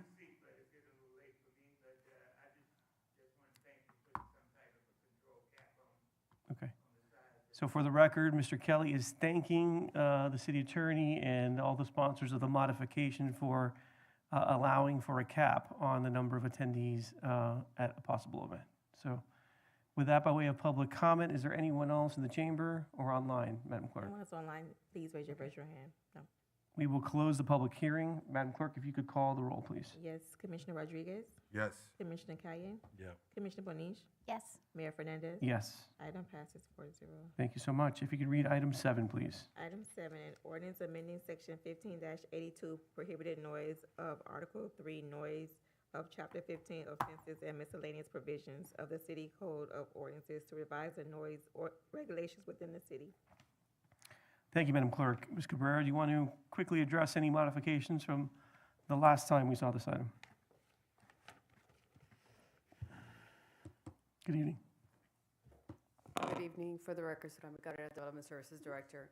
So we went back to the decibel readings that we had originally, and we modified the limits of where this applies so that we're not affecting, well, I don't remember that part because that was Tony's section of the modification. The TSD area, the different subsets of the TSD area. So based on your input on first reading, the TODA, which is the most central part, and the TSDA have identical exemptions. It's 9 a.m. to 12 a.m. that they're exempt, Monday through Sunday.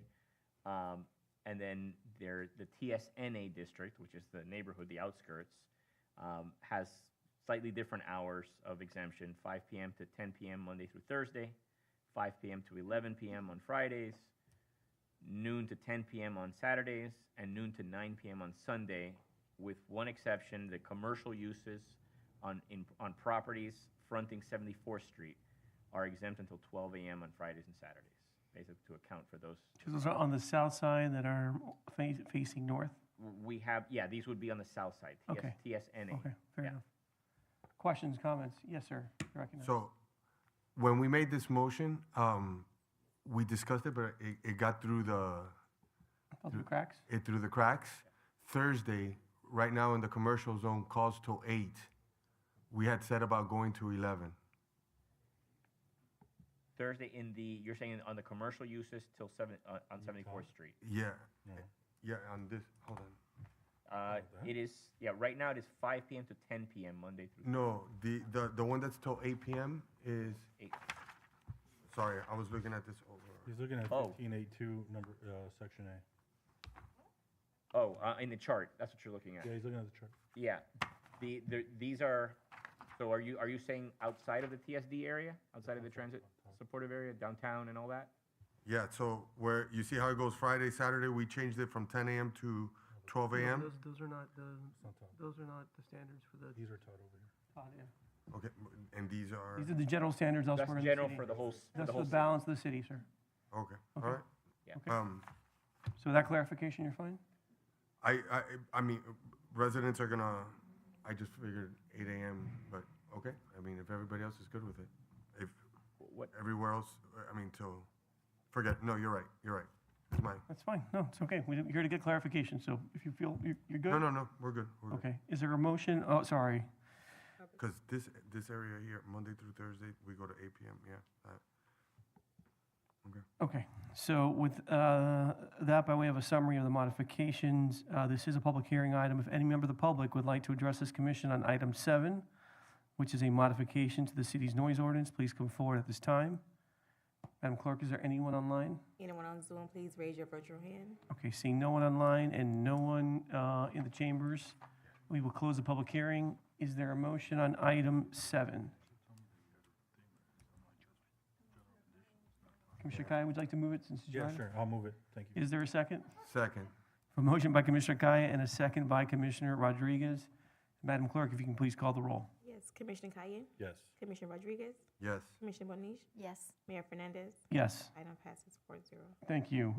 If you could read item 9 for the record, please. Yes, an ordinance providing for a moratorium on the enforcement of Section 3.6W of the city's land development code relating to residential requirements for solar photovoltaic systems, providing for vested rights. Thank you for that, Madam Clerk. Commissioner Bonich, this is your item. Anything you'd like to say by way of introduction? It says And it actually, right. may I just clarify for the record that it is, Commissioner Bonici is the sponsor of this item? Oh. I was An about to error say, it in says the Mayor agenda. Fernandez. Yeah. That's why I said she's the sponsor. This is just making official the discussions that we had as Yeah. a group at the last meeting. So we are essentially placing a moratorium, which we had effectively already done, taking into account the discussions that we had for Surami to then follow the suggestions that the mayor had had in looking at other incentives and coming back to us, and Commissioner Kaya and Commissioner Rodriguez, everybody's input, so that we can have a more effective way of dealing with alternative energies in our city, and that we don't have edicts down like if this was a monarchy. We will have incentives, and we look forward to them, and that's what this is. Okay, any questions? Yes, sir. So question to Surami or to the manager. We were talking about it, I just wanted to confirm this. This may also, or does also include re-roofing projects? Where you were supposed to do the Yes, that's photo? our interpretation of the ordinance. So it also, so it included, I don't think, we didn't talk about that last time, so No, I think there was mention that not re-roofing. her analysis had not included the re-roofing permit numbers or the remodeling and renovation numbers. It was just new Okay. construction, but my recollection of the presentation was it included new construction, construction above a certain threshold, and re-roofing projects. But that was just my takeaway. I spoke to you after that I read the ordinance more clearly. I went to Tony to see if his interpretation was what I was reading, if it included re-roofs or not. And we both agreed that it includes re-roofs. You got preview I information. wasn't sure at the last meeting. Okay, no But problem. I discussed it with you I've conflated separately. our conversation. So anyhow, So, no, just to make it, so then that number's gonna grow exponentially. Yes, I have the numbers that have been provided to the city managers of this afternoon via memo. And Commissioner Bonich has to put solar on her house. No, I'm just. That will never happen. okay. Again, I made the comment the last time. I'm looking forward to getting an accounting of what transpired and understanding how we ended up in the situation. And it's the nicest I can put it. So,